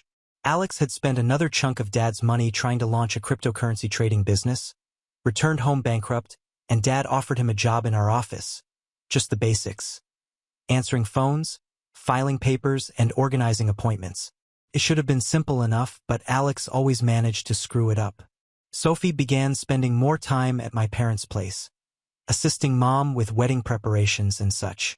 She stated it was easier to focus on company documents there while Alex was learning the procedures. I was working most days, so it made sense at the time. Following that, everything began to spiral out of control. I began to notice subtle changes about 8 months before everything blew up.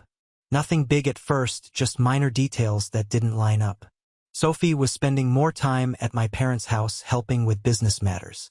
She explained that she was educating Alex on our new billing system and assisting Mom with wedding plans. Makes sense, right? I was out on jobs most days, working my tail off to save money for our future. We planned the entire wedding and talked about buying a property. I wanted to do things correctly, but then other things started happening. Sophie changed her phone's password. She has never actually hidden her phone before. We knew each other's passwords. It was no big problem, but she started acting strangely about it. She explained that her banking app required her to update security or something. Whatever. I absolutely trusted her, so I didn't think much of it. Then Alex began acting differently. He began wearing cologne at work. Dude used to turn up half the time in the same clothes as yesterday. He got all these new clothing and started showing up to work on time, which was unusual for him. He was also strangely polite to me, volunteering to stay late at the office and expressing a strong desire to study business. Sophie was talking about him differently. Alex is really getting good at handling the scheduling. Or, your brother's actually pretty smart when he applies himself. She'd get angry whenever I complained about his messing something up and even started taking his side in family disputes. The atmosphere in the office also became strange. Janet, our receptionist for the past 15 years, was like a second mother to us. She began giving me these looks while Sophie and Alex were working late together. But whenever I asked what was going on, she would simply say nothing and change the subject. Once, I returned to the office early from a task because we had run out of materials.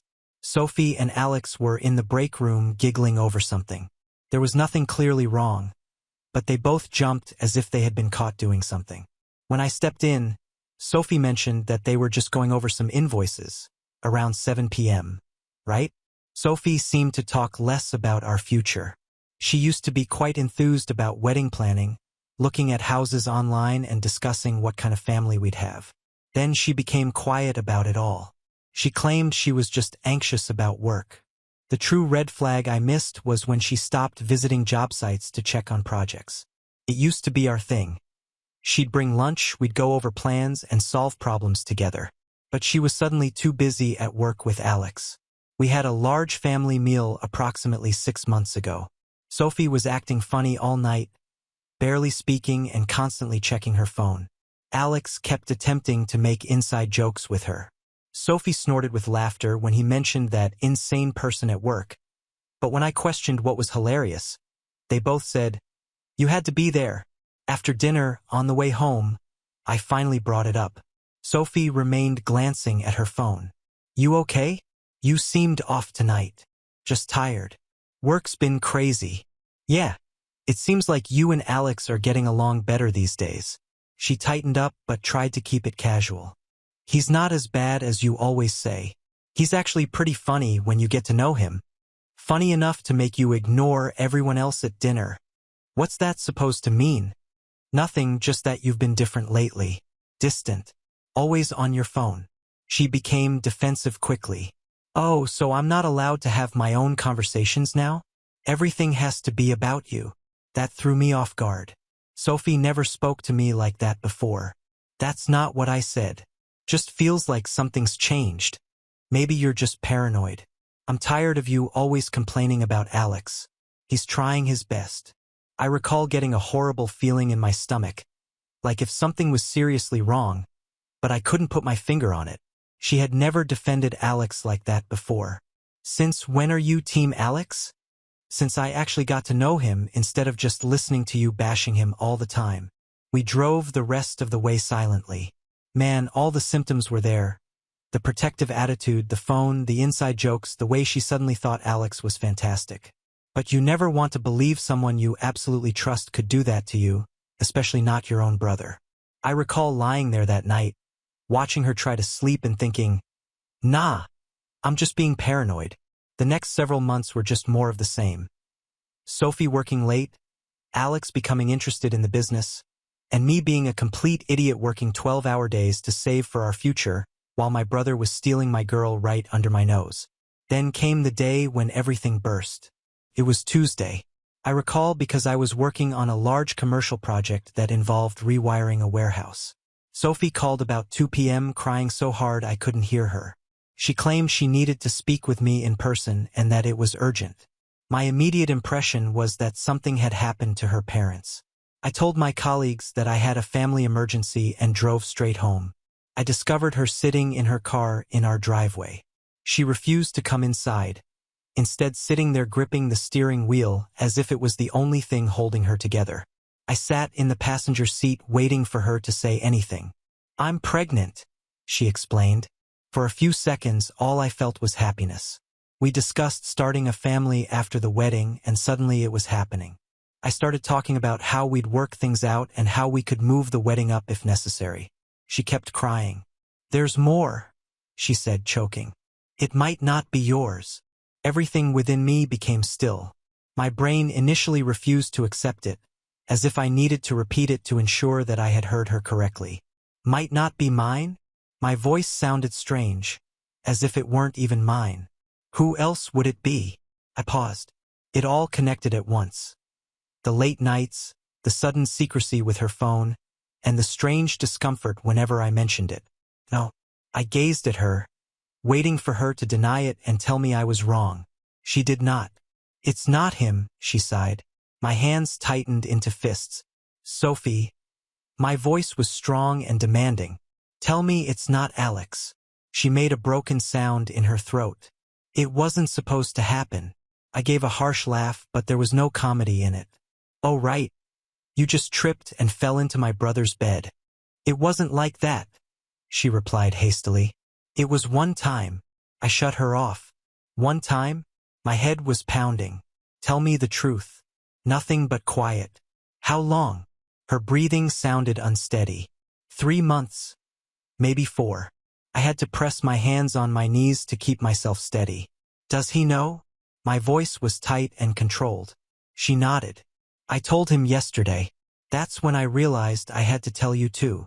I stared at her as if she wanted me to be relieved she had finally decided to come honest. I got out of the car because I needed air. She followed me, attempting to explain how it wasn't planned, how horrible they both felt, and how they had ended it weeks before. All I could think about was them laughing in the break room during those late-night work sessions. "Were you ever going to tell me if you weren't pregnant?" She did not respond to that. It explained all I needed to know. I hopped into my truck and drove directly to my folks' place. I found Alex in the office doing doze as usual. When he saw my face, he knew I knew. "Listen, bro, I can explain. I don't remember what happened next. It's all a blur." But I recall him on the ground with blood gushing from his nose. Dad and two of our employees were pushing me away from him. Alex began ranting about how I was crazy, how Sophie had come on to him first, and how they were in love. In love. My own brother. The guy who'd seen me plan my future with this lady and sat there at Sunday dinners knowing exactly what he was doing. Dad got between us, tried to calm everyone down, and told us we had to address this like adults. That's when Alex released the next bombshell. "She's having my baby. You can't just ignore that." Dad's face turned white. I guess he wasn't aware of that portion yet. Mom began crying. Janet grabbed her purse and walked away. I found out later that she quit that day, saying she couldn't work for people like them. I glanced at my father and said, "He's your problem now. I'm done." Dad attempted to stop me, saying, "Son, wait. We can figure this out. Family is family." I told him, "Alex ceased being my family the moment he touched my fiancée." I walked out and haven't returned since. Sophie was still at our house when I arrived home. She was sitting on the couch crying after packing her bags. "I never meant to hurt you," she explained. "It just got complicated." I informed her she had 24 hours to grab her belongings and leave. I didn't care where she went. Block my number. Lose my address. "What about the baby?" she inquired. "Better hope it's Alex's, because if it's mine, we're doing a DNA test and going through lawyers." She tried to speak more, but I walked away. I drove to my friend Mike's apartment and stayed for a few days while she moved out. So, after everything happened, I remained at my friend Mike's house for approximately a week. I turned off my phone. I simply needed to comprehend everything. Mike is a real one. Didn't try to offer counsel or anything, simply let me crash. When I eventually put my phone back on, I had about 50 missed calls, the majority of which were from my parents, some from Sophie, and a couple from Alex. This dude has some nerve. But I only listened to Mom's messages. She was crying in the majority of them, pleading with me to come talk to Dad, who claimed to have a solution. I should have known Dad's answer would be manipulative nonsense, but I went anyway, primarily because Mom sounded so distraught. Walking into that house was strange. I found everyone in the living room. Mom looked like she hadn't slept for days. Dad sat in his normal recliner looking serious, as if he were preparing to give one of his lectures. Alex was also there with a lovely bruised nose. I'm not gonna lie, that felt amazing to see.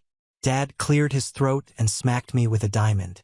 "Son, I've been thinking about how to resolve this situation in a way that benefits everyone. Since you're clearly not willing to work things out with Sophie, and given her condition, I think it makes sense for her and Alex to get married." I actually laughed. I literally laughed in his face. But he wasn't finished. "Furthermore, since they'll be starting a family, I think it's appropriate for Alex to take over the business. With Sophie's experience running the office and Alex learning the trade, they could—" "Alex learning the trade?" I interrupted him. "He can't even wire accounts outlet without supervision." Dad had the same look he typically does when someone disturbs him. "Language, and your brother has shown real interest in learning. In fact, I want you to train him." Guys, I've lost it. I started laughing again, but it was the kind of insane chuckle you get when something is so twisted up that you can't process it. "Let me get this straight," I remarked. "You want me to train the brother who screwed my fiancée to take over the business I helped build, while they're married and raising a kid that might be mine? Are you actually insane?" Mom began crying again. Alex simply sat there staring at the floor like a coward. Dad took out his final card. "This business is still in my name. If you won't help your brother, Maybe you should find somewhere else to work. That's when I realized all those years of hard effort had been for nothing. All of my hard work, the business I brought in, and the reputation I earned were insignificant in comparison to precious Alex's latest blunder. I just got up and headed to the door. Mom tried to stop me, but I just said, "I'm done. Good luck with your new golden team." Alex eventually spoke up. "Bro, wait." I turned around and simply stated, "Call me bro again and I'll break more than your andab no." Dad raged at me about loyalty and second chances. I did not even look back. The next day, I began calling all of our big clients, including those with whom I had personal relationships. I informed them that I was departing and offered some other reputable contractors they could work with. Dad called yelling about how I was attempting to damage the business. I told him I was only informing my clients that I would no longer be handling their jobs. It's not my responsibility if they don't want to work with his new ideal team. Alex and Sophie genuinely agreed to the entire thing. They married at the courthouse 2 weeks later, as if it were a love story rather than a total betrayal. Dad even backed them up, giving them a down payment on a house as a reward for what they'd done. Meanwhile, I was left standing amid the ruins of all I believed I knew. There was no apology, no meaningful consequences, only the expectation that I move on while they played happy family. So I did. I walked away from it all. I took a position with one of our old competitors, where my work was respected rather than being treated as an afterthought. Better income, genuine recognition, and best of all, no family drama. I pushed everything into starting over and developing my own reputation. I even acquired my master electrician license, something Dad always claimed I wasn't ready for. Turns out I was more than prepared. I just had to get out of his shadow to prove it. I didn't hear much about the family business for approximately 4 months. Mom would occasionally text me, but I requested her not to inform me about Alex or Sophie. I didn't need the stress in my life. Then last week, I received a call from Mom at approximately 11 p.m. She started crying again, claiming Dad needed to talk to me right away. I almost hung up, but she seemed quite disturbed. "Please," she asked, "I know you have every right to say no, but we're about to lose everything." I was truly curious and remained on the line.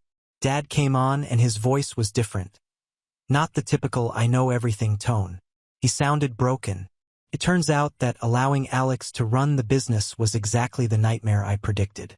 This genius screwed up 3 large commercial jobs so horribly that one customer has threatened to sue us for code violations. I'm talking about fundamental things like incorrect gauge wiring, missing ground wires, and junction boxes put without covers. Mistakes that may practically burn a building down. And things get better. Instead of recruiting qualified electricians, he appointed his drinking buddy from college as chief electrician. The guy's whole electrical experience involved changing light bulbs in his flat. No license, no credentials, and probably couldn't tell the difference between a voltage meter and a screwdriver. They run a real professional operation there. Then there's the monetary side. Alex reportedly neglected to pay their liability insurance. Consider this: you work in an electrical company. They'd lose everything with one accident or fire. But hey, why spend money on frivolous things like insurance when you can pocket the cash instead? Because that's exactly what he was doing. Accepting cash payments from consumers while conveniently failing to record them in the books. And the financial genius had been taking out loans against the firm without informing Dad. Multiple loans. We're talking significant money here. And the best part? Nobody can figure out where all that money went.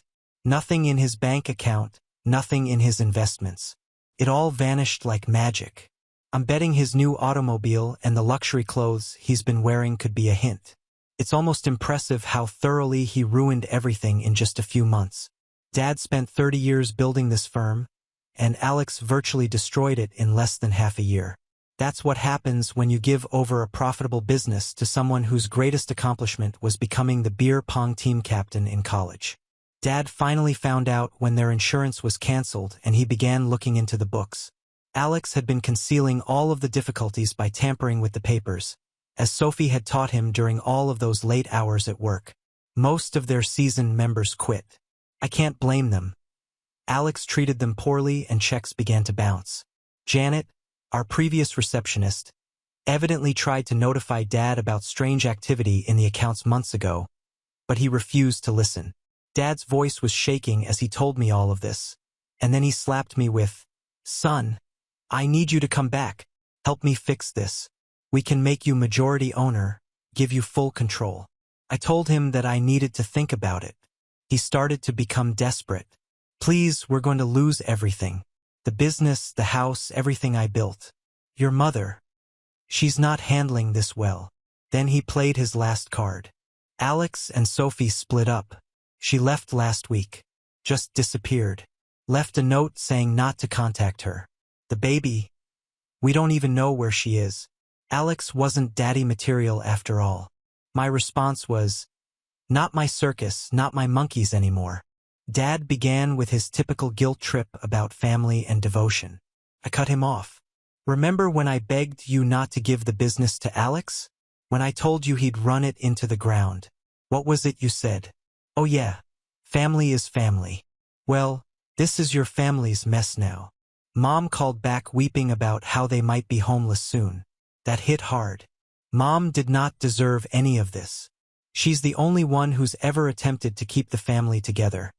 The only one who hasn't taken sides even when she probably should have. I told her she may come and stay with me at any moment. It's just her, not Dad, not Alex. "I can't leave your father," she explained. I exhaled. "Then that's your choice, Mom. But my door is only open for you." I sucked knowing she would never go through it. A few days later, Sophie texted me.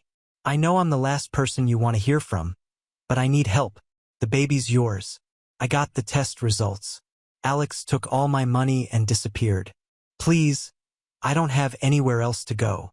I read it, stared at it, and set my phone down. Did not respond. Not going to. But damn if it didn't sit there like a stone in my gut. Like a punch I knew was coming but couldn't handle it. It should have meant something. It should have been life-changing. But all I felt was tiredness. Like if I had finally climbed out of this mess just to have it reach back and try to drag me under again. And for the first time, I didn't know what to do. Dad showed up at my place last night while I was still trying to figure out what was going on. There was no notice, simply standing there when I arrived home from work, looking grungy, wearing an old jacket I recall from my childhood. He hadn't shaven in what seemed like weeks. First thing I noticed was that he was driving Mom's old Civic rather than his truck. Later they discovered that they needed to sell his truck to pay off some of the business's debts. "Can we talk?" he requested, not demanding as usual. He truly sounded exhausted. I invited him in because I really wanted him to see how I was doing without his assistance. "My new house is quite nice. I received it following my last promotion. Nothing spectacular, but it's mine. I earned it myself." He stood in my living room looking bewildered, as if he didn't know how to communicate with me other than by delivering commands. Finally, he sat down and began pouring everything. "The business is essentially dead. They're being sued by 2 business clients over Alex's rubbish work. After that, the majority of their home customers abandoned them, complaining about jobs that were left unfinished. The bank is coming for the house next month." "I should have listened to you," he explained. This is the first time I've ever heard him confess to being incorrect about anything. I told him that was good to hear, but it was late. Then he took out this folder. Inside there were papers to transfer 100% ownership of the company to me with no strings attached. "You can save it," he replied. "You always knew what you were doing. I was just too proud to see it. Do you know what is crazy? 6 months ago, this would have been everything I wanted. All that validation, finally having power, and Dad admitting I was correct. But while glancing at those papers, I wondered what happened to Alex. Dad's face simply crumpled. Alex cleared out their savings account last week and disappeared. Left this note about needing to find himself or some BS. Classic Alex, causes a mess and then flees from the consequences. "He's still your brother," Dad explained calmly. "No," I replied. "He stopped being my brother the day he decided family loyalty meant nothing to him." Sound familiar? That struck him hard. Good. He began telling me how he could help me restore the firm, how we could collaborate and be a genuine family again. I had to laugh. "Dad, you're not hearing me. I don't want the business. I don't want your help. I'm done. But this is your legacy, too. Everything we built. Everything I built, you gave to Alex, remember? You chose him even after he slept with my fiancée. Now you get to live with that choice. He tried guilt-tripping me again about Mom's anguish over the family falling apart. I told him the same thing as before. She's welcome here anytime. Just her. She won't leave me, he said. Then that's her choice. And living with the consequences of your actions, that's yours. He sat for a long time before asking quietly, "Where did I go wrong?" I wanted to lay it all out. All the years of favoritism, the continual justifications for Alex, how he discarded someone who genuinely cared about the business for someone who regarded it as a piggy bank to rob. So what's the point? You didn't go wrong, Dad. You got exactly what you always wanted. Alex being in charge. How's that working out? He left shortly thereafter. He looked around 20 years older walking out than when he walked in. I received a text from Mom this morning. They'll be moving in with her sister in Ohio next month. Dad is going to try to find a job there. She asked me once more if I would contemplate assisting them in their stay here. I informed her that my offer stood. She is welcome to stay with me at any moment, but I am tired of burning myself on fire to keep others warm. Sophie still sends texts concerning the baby. I advised her to call my lawyer. I haven't heard from Alex. I do not expect to. You know what's weird? I imagined that witnessing them lose everything would be satisfying, as if karma was punishing them for what they had done to me. But honestly, I don't feel anything. Not pleased, nor sad, just finished. I began dating someone new last month, taking it slowly. She asked about my family and I simply stated that we are not close. Maybe someday I'll tell her the whole tale, but for now, I'm focused on creating my own life. There is no drama, no poisonous familial BS, and no attempting to gain favor that never comes. I informed Sophie that everything would now be handled by lawyers. Will I be present for my child? Yeah, I am not my brother. I do not abandon my responsibilities. But Sophie destroyed that bridge. We'll work out custody and support through the courts. She made her choices, and now she must live with the consequences, just like everyone else in this mess. For the time being, I'm simply trying to keep my head straight, focusing on work, my new relationship, and creating something unique to me. Some nights I lie awake thinking about how messed up it is that my children will be born into all of this drama. But you can't undo other people's mistakes. You can only strive to follow your conscience. Sometimes the best vengeance is simply living well. This is the last section, guys. Thank you for following along. Writing it all out truly helped me sort through some of my thoughts. Edit 2. Since people keep asking, yes, if Sophie can show the baby exists and is mine, I will step forward, but only through legal means, no direct interaction. Now on to the next story. Story 4. If I told you that my mom once smiled sweetly at my girlfriend while secretly handing her a typed letter calling me unhinged and a danger to women, would you believe me? Or would you think I'm exaggerating, bitter? Or maybe just one of those dramatic Reddit guys looking for sympathy clicks? Honestly, I wish I was making it up. My name's Scott. I'm 33, and I've spent the better part of my life trying to navigate a relationship with a mother who smiles like a saint in public and slices like a scalpel behind closed doors. People love her. That's the worst part. She's charming in a way only truly dangerous people know how to be. She bakes cookies for the neighbors, remembers birthdays, donates to charities, and always plays the victim when things go sideways. I used to think I was the problem, that maybe I was just too sensitive or that I didn't appreciate all the sacrifices she made for me. But the older I got, the more I realized she wasn't sacrificing. She was investing in an image. And anyone who dared to scratch beneath the surface got buried in sweet-smelling lies and passive-aggressive guilt. It didn't start with my ex. That was just the final straw.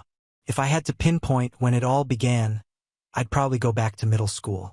I was 13, struggling with pretty bad anxiety, which back then nobody really talked about.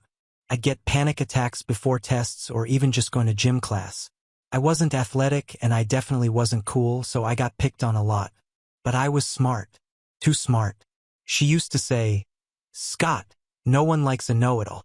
Scott, you're gonna make people uncomfortable if you correct them like that. Scott, stop fidgeting. You're embarrassing me. That was the word she loved. Embarrassing. Came up in every fight, every scolding, every moment I tried to just be myself. I'd make a joke she didn't find funny? Embarrassing. I'd get emotional watching a sad movie? Embarrassing. I'd try to explain something I learned in science class and she'd cut me off with that tight-lipped smile. Scott, no one cares about that. You're making people uncomfortable. The thing is, she never yelled. Not once. My dad did sometimes. He wasn't a bad guy, just frustrated and tired and quietly fading into the background. But Mom, she weaponized calm. She'd lower her voice when she was angry, not raise it. She'd smile wider when she was furious. And every correction came gift-wrapped in sweet, concerned language. I'm only telling you this because I care. You'll thank me one day, sweetie. I just want you to have friends. I didn't realize how much that shaped me until I moved out for college. I chose a school on the other side of the country, Boston to LA, just to breathe. And for the first time in my life, I made real friends. Friends who liked the same weird sci-fi books I did, who didn't flinch when I got too excited about quantum mechanics or ancient mythology. I felt like I was finally becoming someone outside her shadow. And for a while, she seemed okay with it. Weekly calls, the occasional care package, even a proud of you text once when I got into the honors program. But that was the calm before the storm. When I started dating Claire, my first serious girlfriend, everything changed. At first, Mom pretended to like her, sent her a welcome gift, complimented her photos on Facebook, even invited her to Thanksgiving. But little things started slipping through. Backhanded compliments, questions about Claire's family that felt more like subtle interrogations. She's very pretty, Scott, but does she challenge you intellectually? Her parents seem casual. Do they value education the way we do? You're so sensitive, sweetie. I hope she understands that. Claire laughed it off. I did too. I didn't want to believe she was doing it again. Not this time. Then, about 9 months into our relationship, Claire started pulling away. She stopped calling as much, got quiet when I asked her what was wrong. And one night, after I flew home to surprise her for her birthday, she broke up with me. No big fight, just a quiet conversation on her front porch while I stood there holding a box of her favorite pastries. You're unstable? Claire whispered, not even meeting my eyes. She told me you had violent outbursts, that you were manipulative, that I needed to be careful. My stomach dropped. My mom told you that? Claire just nodded. I didn't want to believe her. I really didn't, but she seemed so sincere. And then I started noticing little things. The way you get quiet sometimes. The way you don't talk about your feelings. I don't know. Maybe she's right. Maybe you're not ready. I didn't even fight it. What was the point? I walked home that night in the rain, suitcase dragging behind me. And for the first time in my adult life, I realized something that should have hit me years earlier. My mom didn't want me to be happy. Not really. Not if it meant I'd stop needing her. Not if it meant someone else saw a version of me that she couldn't control. That night broke something in me, but it also lit a fuse. I didn't scream. I didn't call her to confront her. I didn't even tell her I knew what she'd done. I played along, smiled on our weekly video calls, sent her flowers for Mother's Day, replied to her messages like everything was fine because I was done playing defense. If she wanted to shape narratives, fine. I could do that too. So, when her 60th birthday started creeping up and she asked me, sweet as ever, if I'd handle the guest list for her big celebration, I said yes. I smiled. I took notes. I promised to make it unforgettable. And I meant it. But before I get to the party, you need to understand just how deep this rabbit hole goes. Because what she did to Claire, that wasn't her first time. Not even close. And once I started digging, once I started reaching out to people from her past, the stories I uncovered made me realize that maybe, just maybe, I'd been the least of her victims. You ready for that? Because that's when things start getting messy. I kept my cool for almost a year after Claire walked away. Most people thought I took the breakup surprisingly well. And in a way, I did. I didn't spiral. I didn't drink myself into oblivion or make some grand dramatic post on social media. But I didn't move on either because I couldn't. Not when the reason she left had nothing to do with who I really was and everything to do with the picture someone else painted of me. I didn't stop thinking about that porch conversation. The way Claire's voice trembled. Not with fear, just uncertainty. Like she didn't know which version of me to trust. The one who had stayed up all night with her during her finals week, making flashcards and cooking pasta, or the one her mom whispered about over coffee with mine. The unstable one. The dangerous one. The fiction. But a well-told fiction is often more powerful than truth, especially when it comes from someone with perfect posture and a church mom voice. My mom's not loud. She never has been. But she doesn't need to be. Her weapon of choice has always been subtlety. Picking at reputations like threads, unraveling people one half-concerned comment at a time. And the worst part? She does it with the full confidence that she's helping, fixing, correcting, making people better. She sees herself as some twisted Florence Nightingale with a step-forward smile. After Claire, I started paying closer attention to everything. Her tone, her word choices, the way she talked about other people.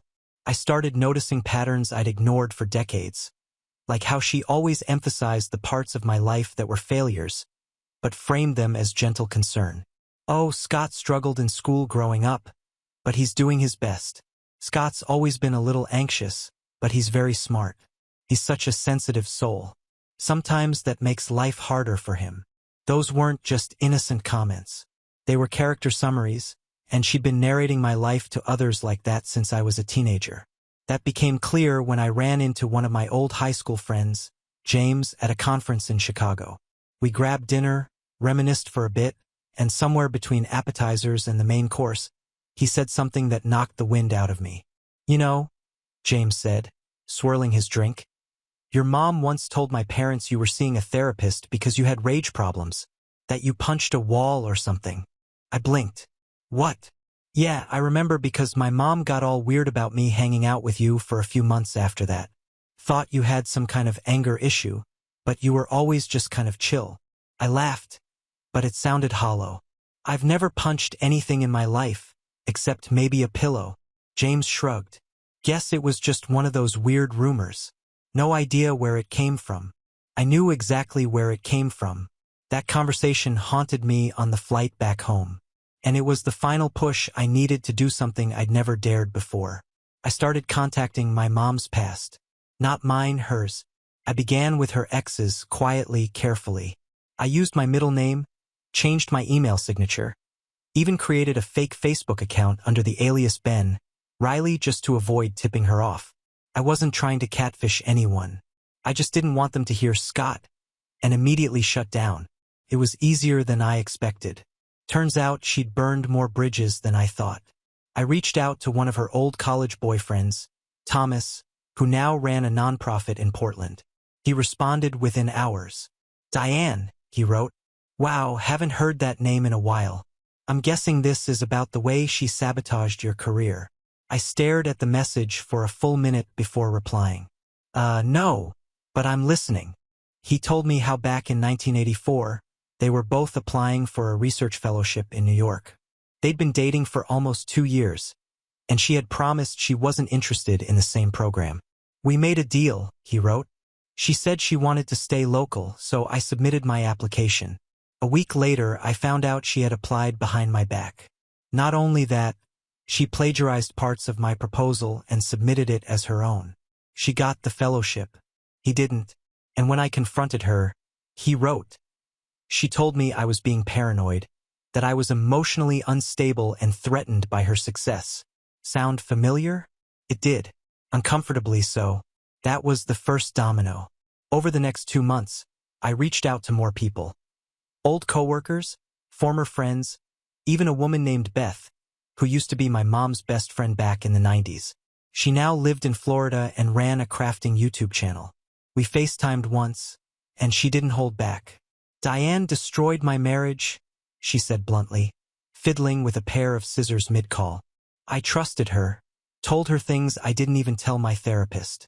And one day my husband starts acting weird, cold, distant. I found out she'd been calling him, saying I was having an affair, saying I was mentally unstable. All lies, every single one. And you know what the worst part is? She convinced our entire friend group that she was just looking out for him, that she was concerned, like some kind of guardian angel. But she just wanted to break us up. And she did. It wasn't just betrayal. It was a pattern, a web. And I was starting to see just how big it was. Meanwhile, on the surface, Mom was busy planning her big 6-0. She decided she wanted a garden party. Elegant but casual, she said.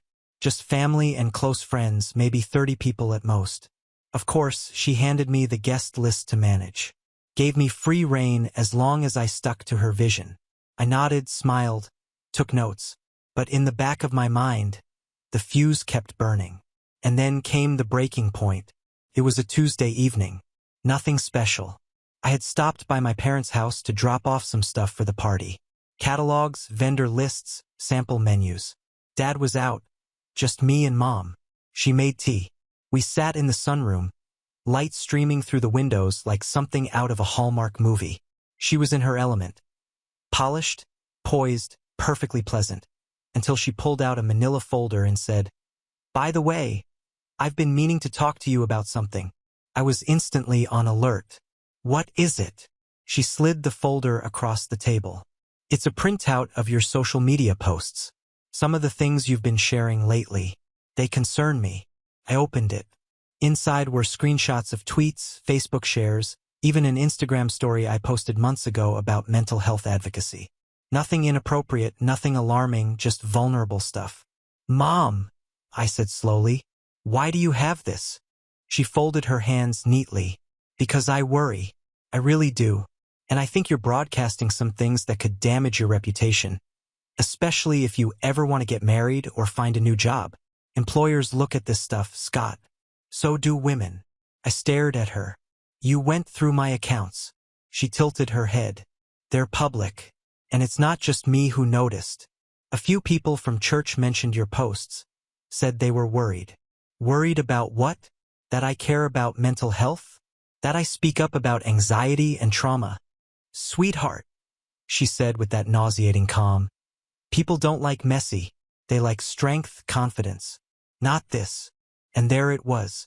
Not this. Not me. Not the me who finally found the courage to talk about the things she spent decades suppressing.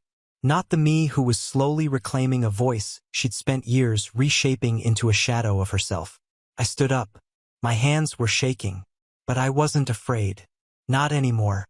"You did this to Claire, didn't you?" Her eyes flicked up. "What are you talking about?" "You told her I was dangerous, unstable. You're the reason she left." She didn't deny it. Just looked at me with that infuriating calm. I only told her what she deserved to know. And just like that, the fuse reached the dynamite. I walked out of that sunroom without another word. Got into my car, drove home, and sat in the dark for a long time, just letting it all settle. The years, the manipulation, the lies, the control. And then I opened my laptop, pulled up the party spreadsheet, and started making some edits. I didn't delete her guest list. I expanded it, because if Diane wanted a celebration, I was going to give her one she'd never forget. But not just yet. First, I had some more phone calls to make and some very interesting invitations to send. Rock bottom doesn't always look like it does in the movies. There's no dramatic montage, no broken mirror scene, no rain-soaked breakdown on a park bench. Sometimes it's just the quiet moments when you look around and realize you're completely alone, and the people who are supposed to love you most might never have loved you for who you really are. After that final conversation in the sunroom, something inside me fractured. I wasn't angry, not in the screaming, punching walls kind of way. It was quieter than that, like a light had gone out. I stopped answering her calls, stopped replying to her texts. I needed space, and I didn't trust myself to keep pretending. Not anymore. For the first time in my life, I began to grieve.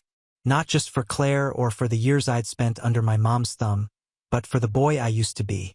The kid who thought if he just behaved the right way, achieved enough, stayed small enough, he might finally earn her full approval. That boy was gone. And the truth was, he'd never stood a chance. I'd like to say things got better right away. But they didn't. Not at first. The first few weeks were hard. I barely slept. Ate too much one day, not at all the next. Work felt meaningless. I was doing freelance UI design at the time, mostly startup projects and client websites, and I started falling behind. One particularly bad week, I missed a deadline and lost a decent client. Another ghosted me entirely after I pushed back on some unreasonable changes. I didn't tell anyone what I was going through. My dad had always been a passive observer in the chaos, quiet and neutral like Switzerland. He loved me, I think, in his own silent way, but he never intervened. And after years of enabling her, I wasn't ready to confide in him. My friend group was scattered, mostly old college connections who were now married, busy, or distant. I tried calling James once, the high school friend I'd seen in Chicago, but I hung up before he answered. I didn't know how to explain any of it without sounding crazy. My mom has been psychologically dismantling me since I was a teenager. Isn't exactly easy to slip into casual conversation. But in that darkness, something unexpected happened. I started writing again. It had been years since I'd touched a blank page for myself. Not client work, not marketing copy. Just me, my thoughts, my voice. It started with a few scattered journal entries, then became longer reflections. I poured everything out. Memories, doubts, moments I buried deep because they were too confusing to process at the time. I wrote about how Mom used to tell me I was too dramatic when I cried after school even though I'd been shoved into a locker.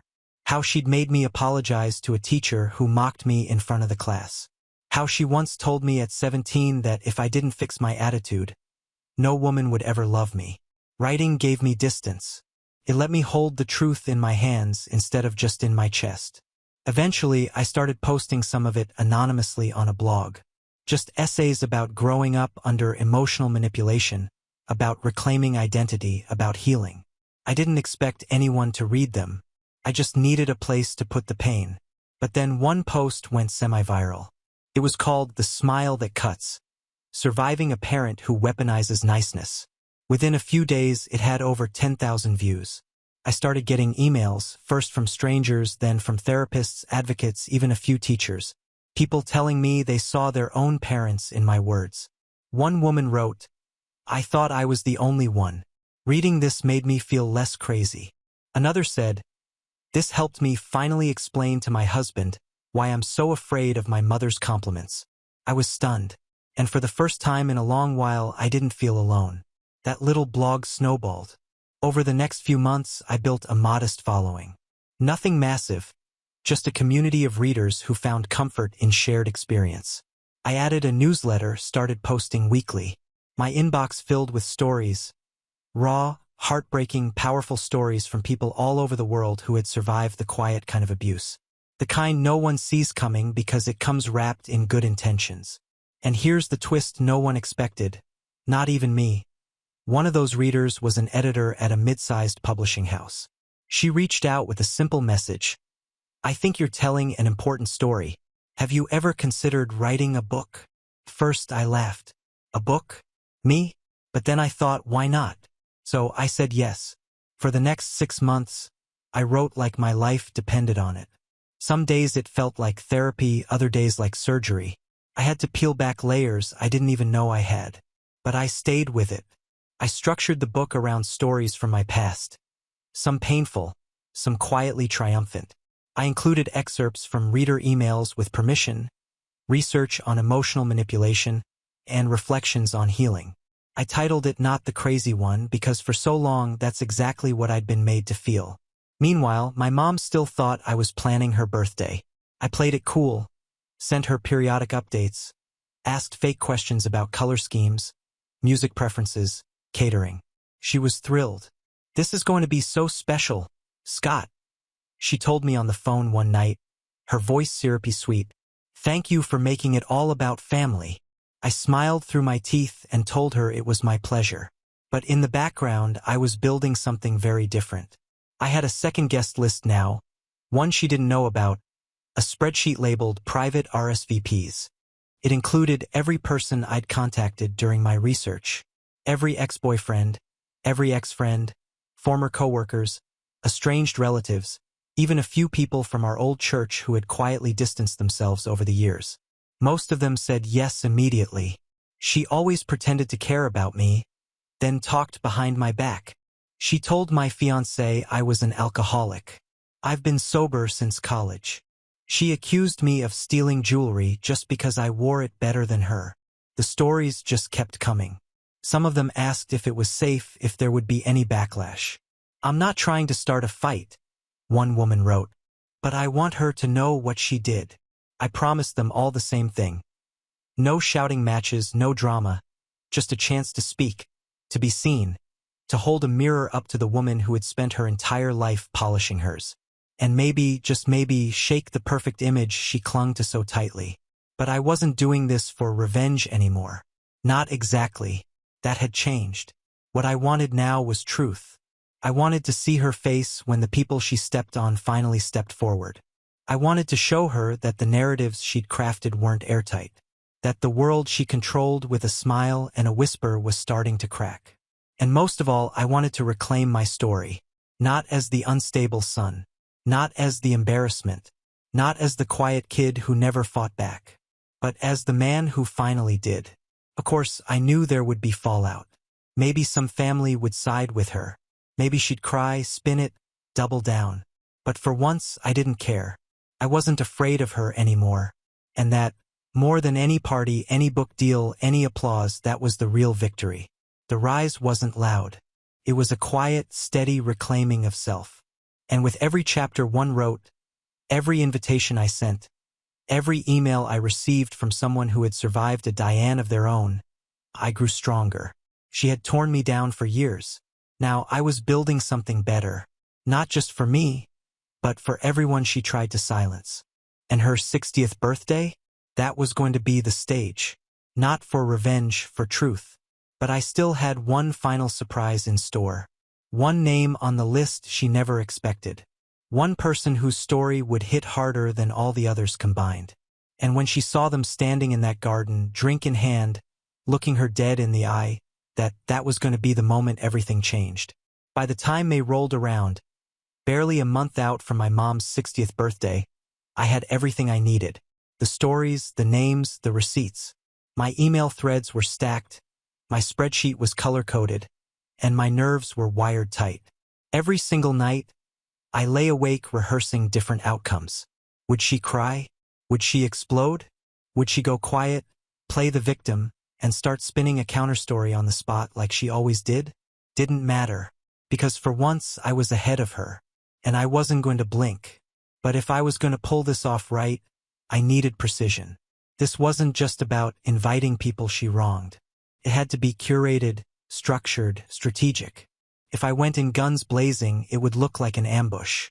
And then she'd have the perfect excuse to discredit everything. She'd twist it into, Scott's always had a flair for drama. I think he needs help, honestly. And everyone who didn't know better would believe her. No, I needed to let the truth speak for itself. I had to stage it like a mirror she couldn't look away from. So, I split the event into two lists. List A was her official party, the one she knew about. A carefully pruned group of 30 close friends, church ladies, wine club pals, and a few distant cousins she still talked to. We booked a beautiful garden venue about 20 minutes from town. The kind of place with string lights, a gazebo, and overpriced finger food. She loved it. List B, though, that was mine. I booked a second venue, less polished, more intimate, just across the street. A private room in a historic community center with sliding glass doors, a sound system, and crucially, a full wall of windows that faced the garden venue's west lawn. It was perfect. The idea wasn't to disrupt her party. That would be too easy, too obvious. I wanted her to enjoy herself, float around in that self-made spotlight, toast her curated image. And then, when the time was right, I'd give her the second act. But I needed a hook. That's when I thought of the photo wall. Mom had always loved memory boards. Those cork things with Polaroids from vacations, school plays, weddings. She'd kept one in the hallway for years, always changing the photos depending on who came over. One month it was my childhood school pictures. The next it was her charity work with the garden club. So I decided to build my own. I emailed everyone on List B and asked them for one thing. A photo of themselves from the year they were closest to my mother. A moment in time frozen when they trusted her, loved her, before everything unraveled. I paired each photo with a short quote from our conversations. Just 1 or 2 lines. Nothing dramatic, just the truth. She told me I was too emotional to be a good wife. She said I reminded her of someone she couldn't trust. She smiled and said I'd never be enough for Scott. She told me I should be grateful she still invited me. Each quote went under a photo, black frame, white background, simple, clean. The effect was devastating. When I finished hanging them in the community center, I stood back and stared at the wall of quiet grief and subtle strength. These weren't accusations. They were revelations. Proof of a pattern, a life's worth of manipulation, one frozen smile at a time. And still, there was one more thing I hadn't done. I hadn't talked to Claire. I don't know why I waited so long. Maybe part of me was scared she wouldn't want to be involved, or that seeing her again would tear open something I'd finally begun to heal. But I couldn't shake the thought. She deserved to know the truth, too. So I wrote her an email. Not a plea, not an apology, just honesty.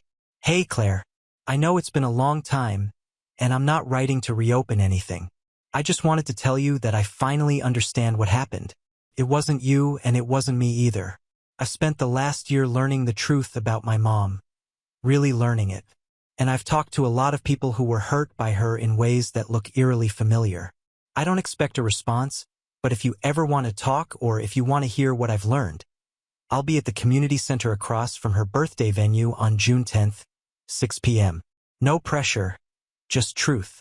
I stared at the screen for a long time before hitting send.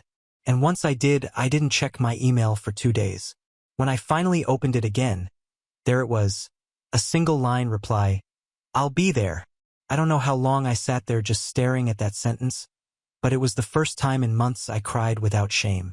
It felt like closure waiting on the horizon. And then, almost as if fate wasn't done yet, came the last piece of the puzzle. I got a call from my cousin Daniel. He was one of the few relatives who distanced himself from the family years ago, but I never knew why. We'd been close as kids until one summer he just stopped showing up to reunions. I asked Mom once and she said something vague about substance problems and bad decisions. But now he was calling me. I heard about the guest list, he said, his voice gravelly but steady. Saw your post on that Survivor blog. You still taking names? I hesitated. You want to be part of it? There was a long pause. She told my wife I cheated on her, he said finally. Said it was her duty as a Christian woman to tell the truth. She handed her a fake email thread she claimed she found on my computer. My wife left me, took the kids. I lost everything. Took me 4 years to prove it was fake. I couldn't speak. And you know what the worst part is? He said. She said she was helping. That same phrase over and over. She always thought she was helping. I added his name to the list. By the end of that week, the final head count was 47. 47 people from across 4 decades, all with different stories, different scars, but the same common thread. Diane. And for once, she had no idea what was coming. June 10th arrived faster than I expected. The weather was flawless. Blue skies, golden sun, a breeze just strong enough to keep the heat off. I arrived early, dressed in a simple gray suit. Not flashy, just clean, professional. I greeted the catering staff, confirmed both bookings, did a sound check in the community center, and helped the AV guy set up a screen for a short video montage I'd edited together. And then I waited. People started trickling in around 5 o'clock. Beth, the ex-best friend with the jewelry accusation, brought cookies. Thomas from Portland gave me a tired hug and said, "Let's do this." Even Daniel showed up holding a single photo in his hand. Him and my mom at a family barbecue back when he still smiled without effort. By 5:45, the room was full, quiet, charged, solemn. I gave them all a brief rundown. How it would work, when we'd walk over, how I'd introduce the night. No one was looking for vengeance, just truth. At exactly 6:10 p.m., 10 minutes after her party officially started, I stepped outside. From across the street, I could see her, radiant in her tailored sky blue dress, surrounded by laughing guests and floating candles. She looked happy, perfect, in control. And then her eyes landed on me. I smiled. She didn't. I raised a glass and nodded. And then I turned, and behind me, one by one, people began filing out of the community center. A slow, solemn line. No banners, no signs, just faces, familiar faces. One by one, they crossed the street, and her smile began to fade. She looked confused, then wary, and then, for the first time I could remember in years, afraid. But we weren't there to attack. We were there to speak. And as the final guest stepped forward, Claire, dressed in white, eyes steady, I knew we were ready. It was time. But I hadn't even delivered the first speech yet, and she had no idea how deep this truth was going to cut. The silence when Claire stepped onto the lawn was absolute. Conversations froze mid-sentence. Champagne flutes paused in midair. All eyes shifted from her to my mom, who still stood beneath a floral archway with her hand on her hip and a birthday corsage pinned perfectly to her shoulder. For a second, I thought she might faint. Her expression didn't crumble. It calcified. Her smile vanished. Her eyes narrowed ever so slightly and her back straightened like she was preparing for war. She opened her mouth to speak, but then she saw the rest of them. The line of people following Claire like shadows of a past she had buried in polished politeness and whispered gossip. 47 people. Some in heels, some in sneakers, some in stiff blazers that hadn't seen daylight in years. All of them here because of her. She blinked rapidly and took a small step back, trying to reassert control. "What's going on?" she said, aiming her words past Claire and toward me. Her voice was still syrupy, but it cracked slightly around the edges. "Scott, what is this?" I stepped forward. Not angry, just calm, clear, grounded in a way I hadn't been since I was a kid. "It's your birthday, Mom. You said you wanted it to be about family." I turned to the small crowd now gathered. Some of her friends were murmuring. A few looked confused, others uncomfortable. Only a handful had the good sense to excuse themselves and pretend they didn't see anything. The rest stayed, the kind of people who slow down when they pass a car wreck. "Everyone," I said, projecting just enough to carry across the lawn without shouting, "thank you for coming. This evening, we're here not just to celebrate my mother's 60th birthday, but also to acknowledge the impact she's had on the lives around her." My mom's lips parted. "Scott," she hissed low and sharp, "what are you doing?" I ignored her. I gestured behind me. "These are people my mother has known, some briefly, some for decades. Each of them has their own story. Each of them was affected by her choices. Tonight, we're giving them a voice." Claire stepped forward.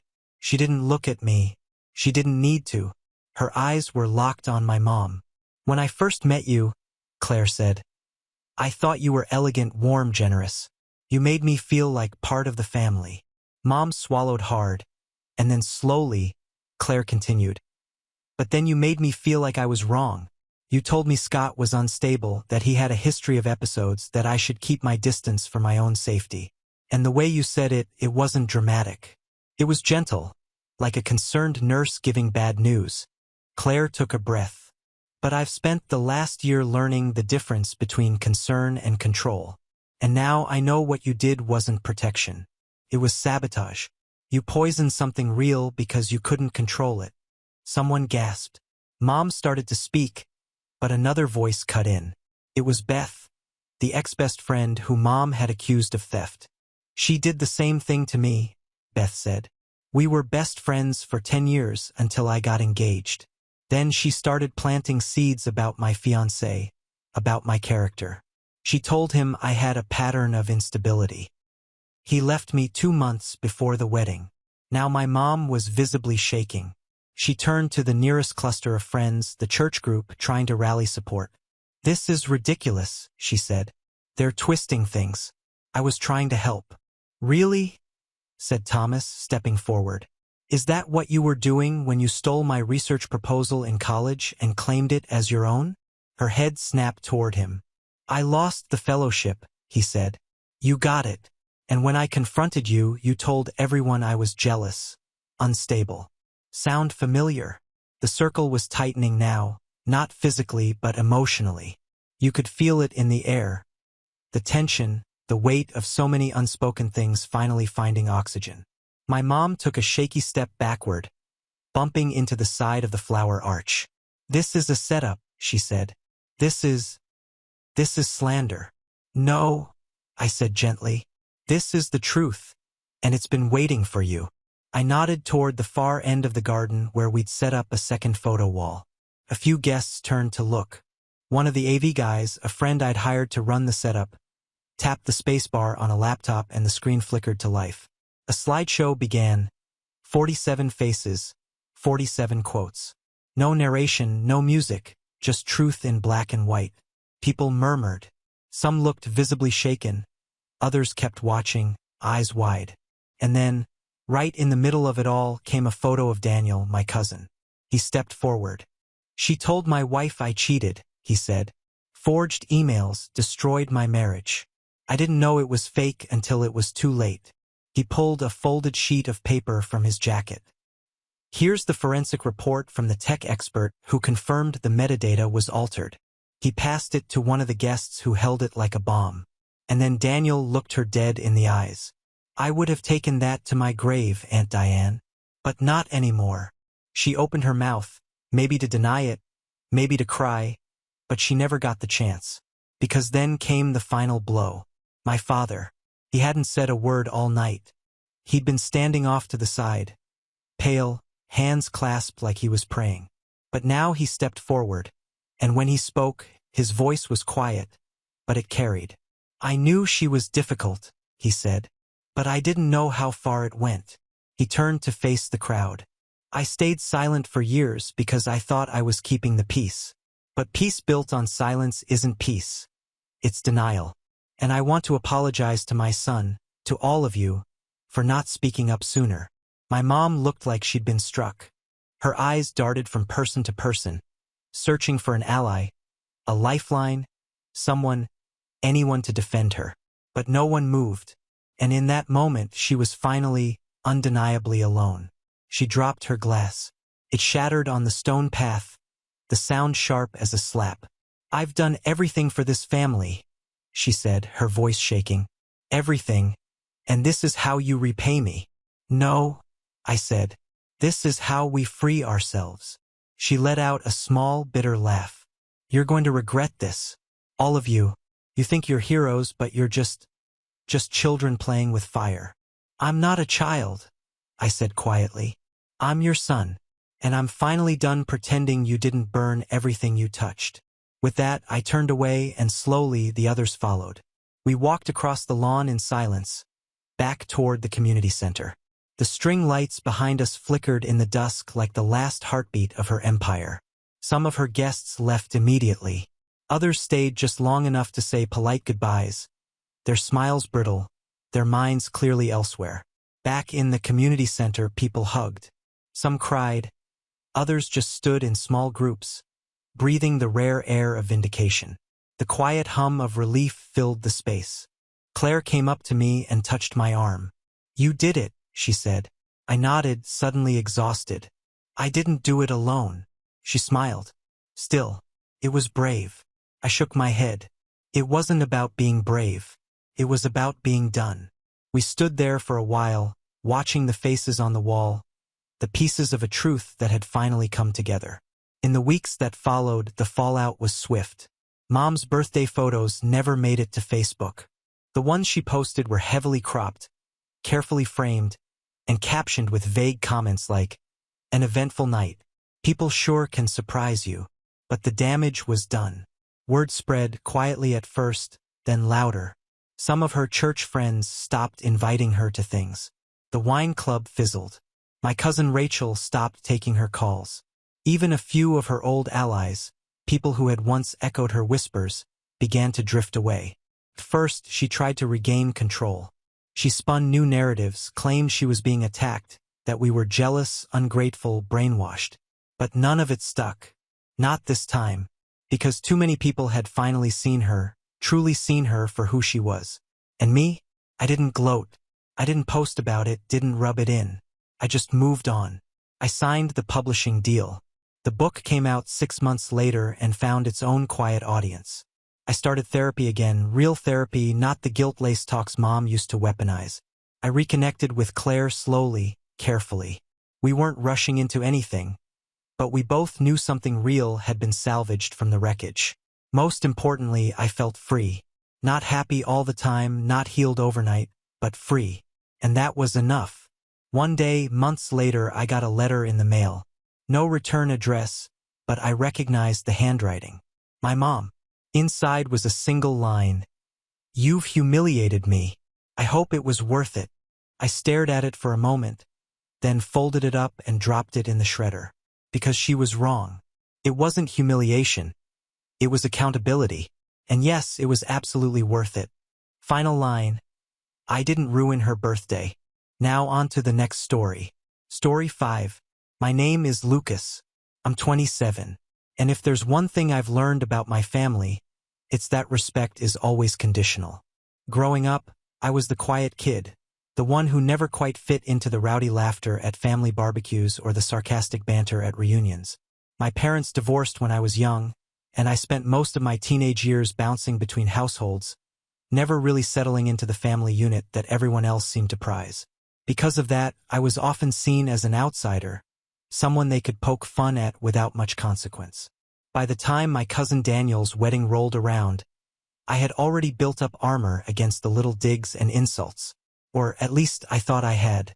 The reception was being held in this huge event hall just outside the city. Chandeliers glittering, waiters balancing trays of champagne. The whole 9 yards. Everyone was dressed to impress. I had gone out of my way to make sure I looked decent. Navy suit, freshly pressed shirt, shoes polished. For once, I thought maybe I wouldn't stick out like the odd one at the table. But families have a way of reminding you exactly where you stand. It was midway through dinner when it happened. The speeches had wrapped up, glasses were clinking, and conversations were buzzing all around. I was sitting at a long table near the dance floor, across from my Aunt Marjorie. Now, Marjorie has always had this sharpness to her. She's the kind of person who can turn a compliment into an insult before you've even realized what happened. Growing up, she never missed a chance to tell me how I should toughen up or be more like Daniel. Even as an adult, she found ways to undermine me at every gathering. As the music softened and the groom's father stood to toast, Marjorie leaned back in her chair, swirled her wine, and pointed at me. "Don't get too comfortable, Lucas," she said loud enough for our side of the room to hear. "This family will never respect you." The words hung in the air like smoke. There was a beat of silence. Then, laughter broke out around her.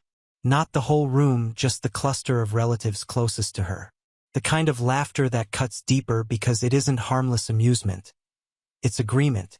My cousin Sarah covered her mouth to hide her smirk. My uncle shook his head with that, she said what we were all thinking expression. Even people I barely knew chuckled uncomfortably, as though it was safer to join in than to push back. I sat frozen, my fork halfway to my plate. My face flushed hot, and I could feel that familiar tightness in my chest. The one that always comes when you're humiliated in public, but you can't think of a single sharp retort fast enough. Every instinct screamed at me to shrink into my seat, to pretend it didn't matter. But it did. It always had. I forced a smile, but inside I was seething. I thought, why me? Why always me? I'd worked hard to carve out a life for myself. Finished school, held down a steady job, paid my own bills. Yet to them, I was still the awkward kid who never belonged. The laughter was still rippling when the groom's father, Mr. Bennett, stood from his table. He wasn't part of my side of the family. He was Daniel's new father-in-law. A tall man with a calm, commanding presence. He raised his glass, but instead of smiling politely like everyone expected, he set the glass down and fixed his gaze on Marjorie. The room quieted almost instantly. "Marjorie," he said, his voice low but carrying. "That was uncalled for, especially tonight." I thought he'd leave it at that, just a mild reprimand to smooth things over. But then he paused, looked around at the faces now frozen in discomfort, and continued. "Since you've chosen to make this personal, perhaps it's time the family knew something personal about you." A ripple of confusion swept through the tables. Marjorie stiffened, her lips parting as if to interrupt. But Mr. Bennett raised a hand. "Do you really think you're in any position to talk about respect?" he asked. His voice wasn't angry, It was almost disappointed. Because I know exactly what you did, and I don't think everyone here would be laughing if they knew. My heart started pounding. Around me, people exchanged nervous glances. Half the room seemed to lean forward unconsciously, like an audience sensing the start of a drama they hadn't paid for but couldn't turn away from. Marjorie's smirk was gone, replaced by a twitch in her jaw. I had no idea what was coming, but I could feel it. Something big, something heavy. And in that moment, I realized this wasn't just about me anymore. This was about to blow the whole room open. And then, just as the tension became unbearable, Mr. Bennet looked her dead in the eyes and spoke a single sentence that made several people at our table gasp aloud. Half the room froze, the other half pushed their chairs back in disbelief. And then, as if on cue, people began to rise. Murmurs turned to whispers. Whispers turned to protests. Chairs scraped against the polished floor as relatives gathered their things. Within minutes, nearly half the room had walked out, leaving behind an echo of stunned silence. I sat there numb, my mind racing, the weight of what I just heard pressing down like a stone. And Marjorie. She sat rigid, eyes darting, her face pale as the laughter she once led turned to ashes around her. That was the moment everything changed. But it wasn't the end. Not even close. I couldn't move. My body felt like it was locked in place, even as the air in the reception hall thickened with whispers. Some people still had forks in their hands, hovering halfway to their mouths, as though they'd forgotten how to eat. Others looked at Marjorie like she'd just turned into someone they didn't recognize. The words Mr. Bennet had spoken rang in my ears, replaying over and over, each time hitting harder. She's been stealing from her own mother for years. That was it.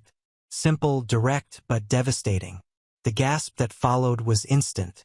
My grandmother, Marjorie's mother, wasn't at the wedding. She'd been too frail to travel, and everyone had just accepted that. But she was still alive, still sharp when she wanted to be, and very much the matriarch of the family. To even suggest Marjorie was taking money from her was unthinkable. And yet, there was Mr. Bennet, standing tall and unflinching, saying it in front of everyone. Marjorie's chair scraped violently against the floor as she stood. "That's a lie," she snapped, her voice trembling just enough to betray her. "How dare you? This is slander." But her eyes told another story. Wide, frantic, searching the faces around her like she was trying to gauge just how much people believed. Mr. Bennet didn't back down. He didn't even raise his voice. "It's not slander when I've seen the bank transfers myself. Do you want me to explain how I came across them? Or would you prefer I bring out the documents tomorrow morning?" You could hear a pin drop. Even the waitstaff had paused, trays wobbling slightly in their hands as they pretended to busy themselves nearby. I glanced at Sarah, my cousin who had laughed at Marjorie's comment earlier. Her smirk was gone. Now she looked sick, like she wanted to meld into her seat. My uncle's face had turned beet red, though whether it was from anger or embarrassment, I couldn't tell. Marjorie shook her head rapidly, her hair swaying with each movement. "You don't know what you're talking about. This is none of your business. None of it." Her voice cracked on the last word, and she slammed her hand down on the table, but the damage was already spreading. From the far end of the table, one of my older cousins muttered, "Wait, is that why Grandma couldn't afford her caretaker last year?" Another voice piped up. "She told me she had to cancel her physical therapy. Said money was tight. But Grandma's pension is more than enough for her expenses." The whispers turned into pointed questions, murmured accusations darting across the room like sparks catching dry grass. I sat there, still frozen, but my chest was no longer tight with humiliation. Instead, a strange sense of vindication started creeping in, slow and unfamiliar. For once, the spotlight wasn't on me as the outsider, the easy target. It was on Marjorie, and she was crumbling. But even as I felt that small flicker of relief, I couldn't ignore the unease. If what Mr. Bennet said was true, if Marjorie had been draining Grandma's savings, how long had it been happening?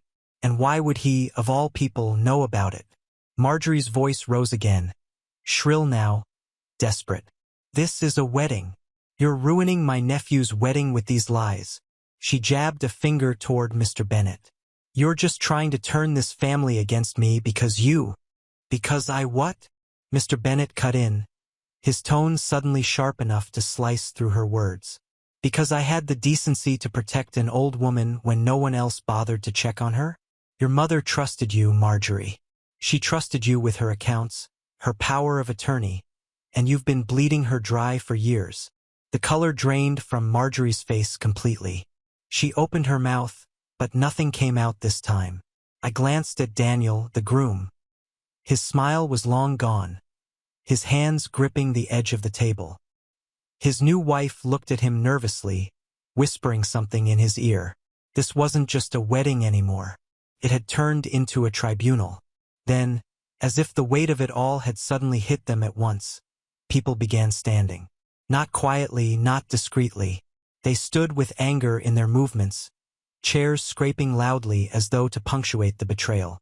My cousin Amelia shook her head and muttered, I can't even look at you. She walked out, dragging her husband with her. A cluster of others followed, whispering furiously as they left. Marjorie's eyes darted to me then, just for a second. And in that second, I saw something I'd never seen before. Fear. Genuine, bone-deep fear. And that's when it hit me.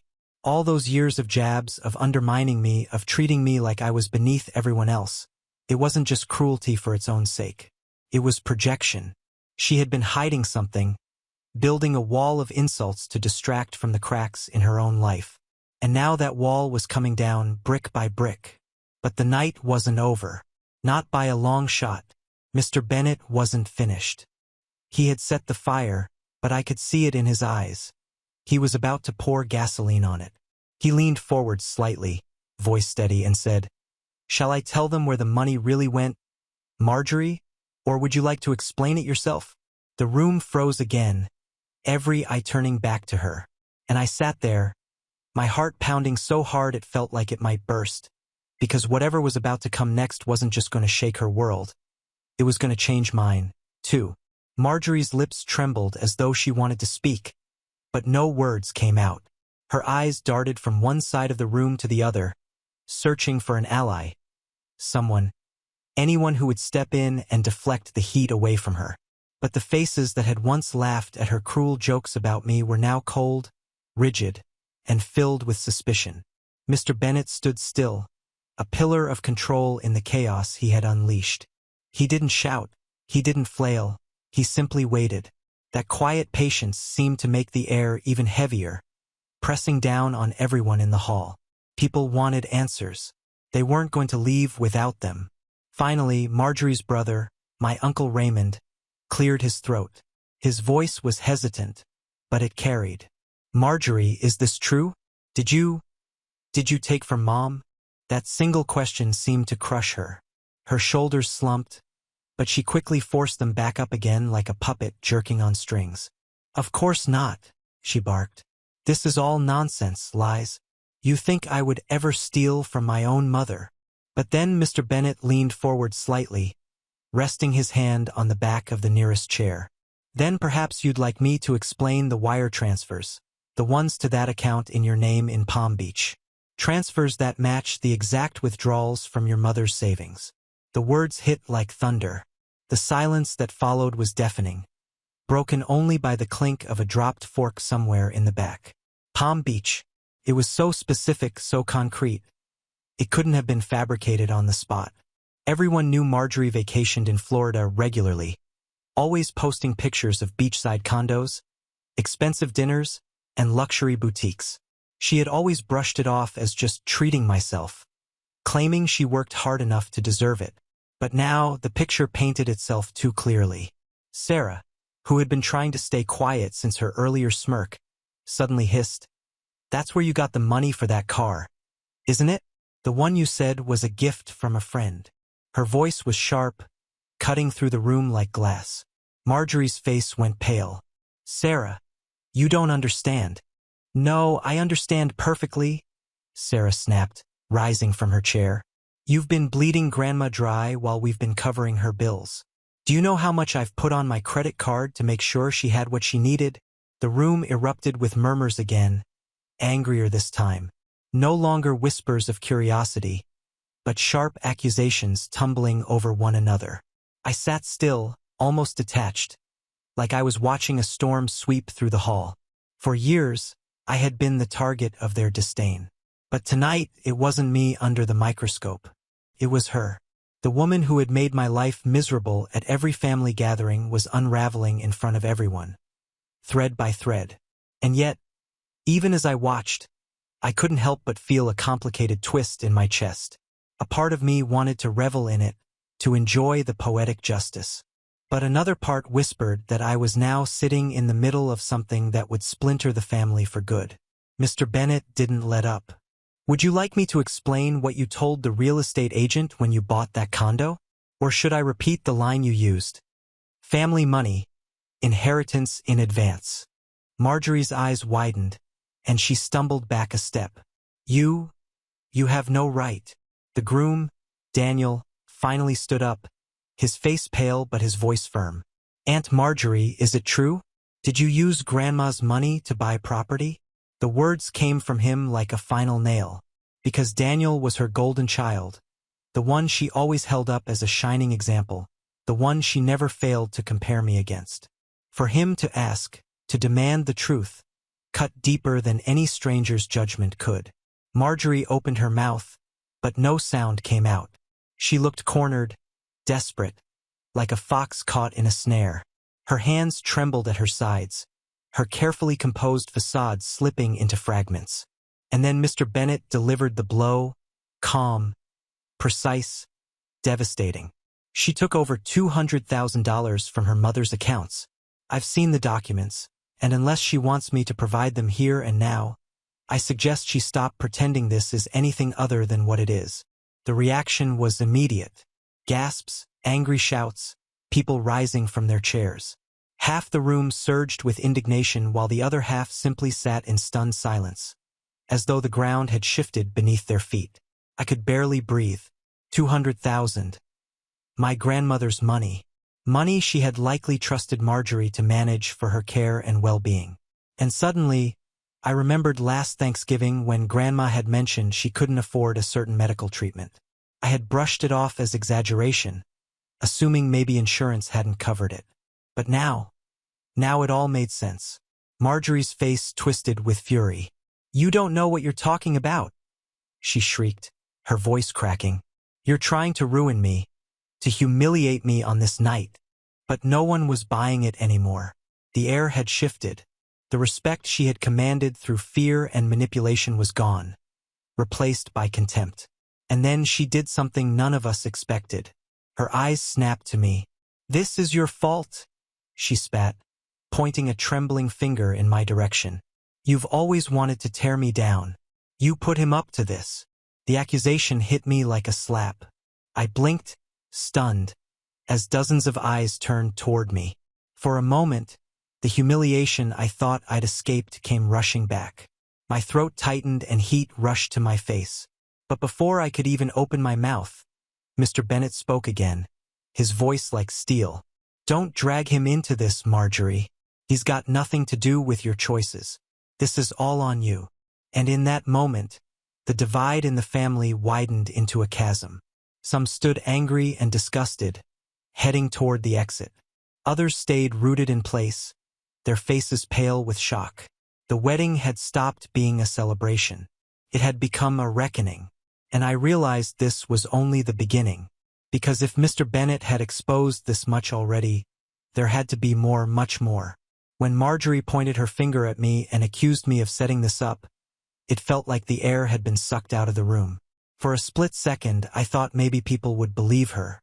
That after all these years of being the family scapegoat, I would once again take the fall for something I had no part in. My heart hammered in my chest. I could feel every pair of eyes on me, weighing, judging, waiting. But then Mr. Bennett's words cut through the tension like a knife. No, Marjorie. He had nothing to do with this. Stop deflecting. This is about you and only you. The certainty in his tone pulled the spotlight right back onto her. The finger she had jabbed in my direction trembled, then dropped slowly back to her side.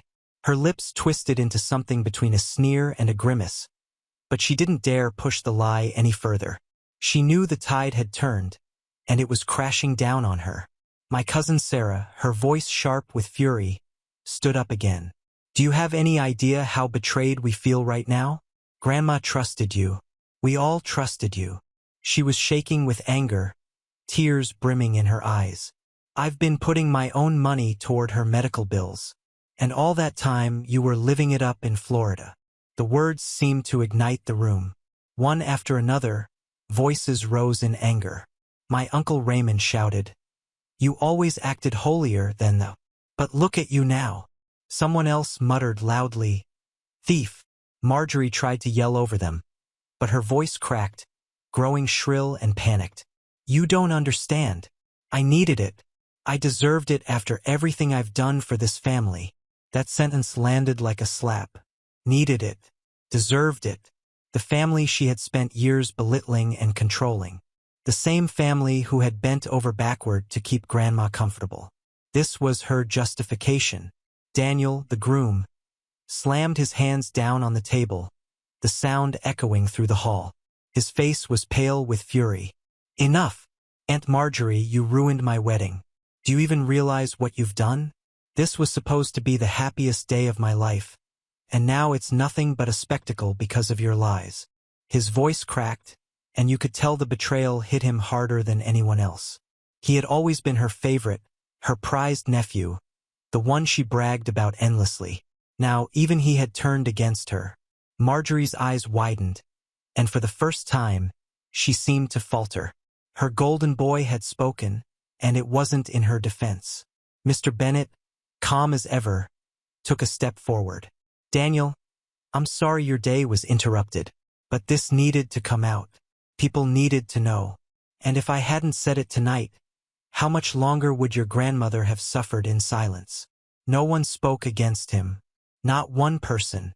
Marjorie collapsed back into her chair, her hands shaking. The image of control she had always cultivated, flawless hair, perfect makeup, smug smile, was shattered. She looked smaller, somehow diminished. That's when Raymond pulled out his phone. He scrolled for a second, then looked up with a grim expression. "I'm calling Mom. She deserves to know what's going on right now." Marjorie's head shot up. "No, don't you dare." But it was too late.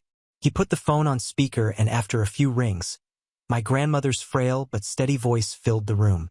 "Hello, Mom," Raymond said, his voice trembling with barely contained rage.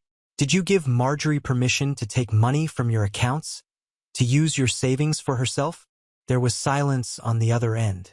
Then softly, "No, I trusted her to help me with bills. Not this." The weight of that admission was crushing. My grandmother's voice cracked, full of sorrow. "Marjorie, how could you?" Tears welled up in Marjorie's eyes, and for a moment, I thought she might finally admit it. But instead, she doubled down, her voice shrill and desperate. "I did it for us, for the family. You wouldn't understand. None of you ever understand what I've sacrificed." The room exploded. Voices shouting, accusations flying. Half the guests stormed out in disgust, muttering about calling the police, about cutting ties, about how they would never forgive her. The other half stayed, too stunned to move, as if rooted to their chairs by the sheer shock of it all. I just sat there, numb, watching it unfold. All those years of being the target of her scorn, the outsider mocked and belittled, it had all led to this moment. And yet, instead of triumph, I felt something heavier. Sadness, maybe, or the recognition that nothing would ever be the same again. The night unraveled quickly after that. The DJ cut the music. The waitstaff exchanged nervous glances as they continued to serve plates to tables now half empty. Daniel tried to salvage what was left, but you could see it in his eyes. His wedding day had been ruined. Not by chance, not by circumstance, but by the actions of someone he had once admired. As for Marjorie, she fled. She stormed out of the hall, her heels clicking furiously against the polished floor, her shoulders rigid. No one followed her, not even her husband. The rest of us sat in silence for a long while. Eventually, People began to trickle out one by one, still muttering in disbelief. By the end of the night, only a small circle remained. Daniel and his bride, Sarah, Uncle Raymond, and me. We sat together, the weight of everything pressing down on us. Finally, Sarah turned to me. "Lucas," she said quietly. I frowned. "For what?" "For laughing earlier. For not taking you seriously. For letting her get away with it for so long." She reached across the table and squeezed my hand. "You didn't deserve any of it. None of us did." I swallowed hard, unable to find words. Mr. Bennett approached then, his expression heavy but resolute. "I'll be filing the paperwork tomorrow. The authorities will handle the rest. Your grandmother will be protected." He placed a hand on my shoulder. "And as for you, Lucas, don't ever let people like her make you think you don't belong. Tonight proved you do." In the days that followed, the fallout was swift. Marjorie's accounts were frozen. Legal proceedings began almost immediately, spearheaded by Raymond and backed by nearly everyone else in the family. Grandma's care was secured, her finances placed in safer hands. And Marjorie, she became a ghost. No one heard from her for weeks, until word spread that she had fled to Florida, trying to sell off the condo before it was seized. But it was too late. The law caught up with her. For me, the strangest part was how the family's treatment of me shifted overnight. People who had once dismissed me suddenly wanted to talk, to apologize, to include me. It was awkward at first. I wasn't used to being respected by them. But slowly I began to accept it. And yet, I'll never forget that night.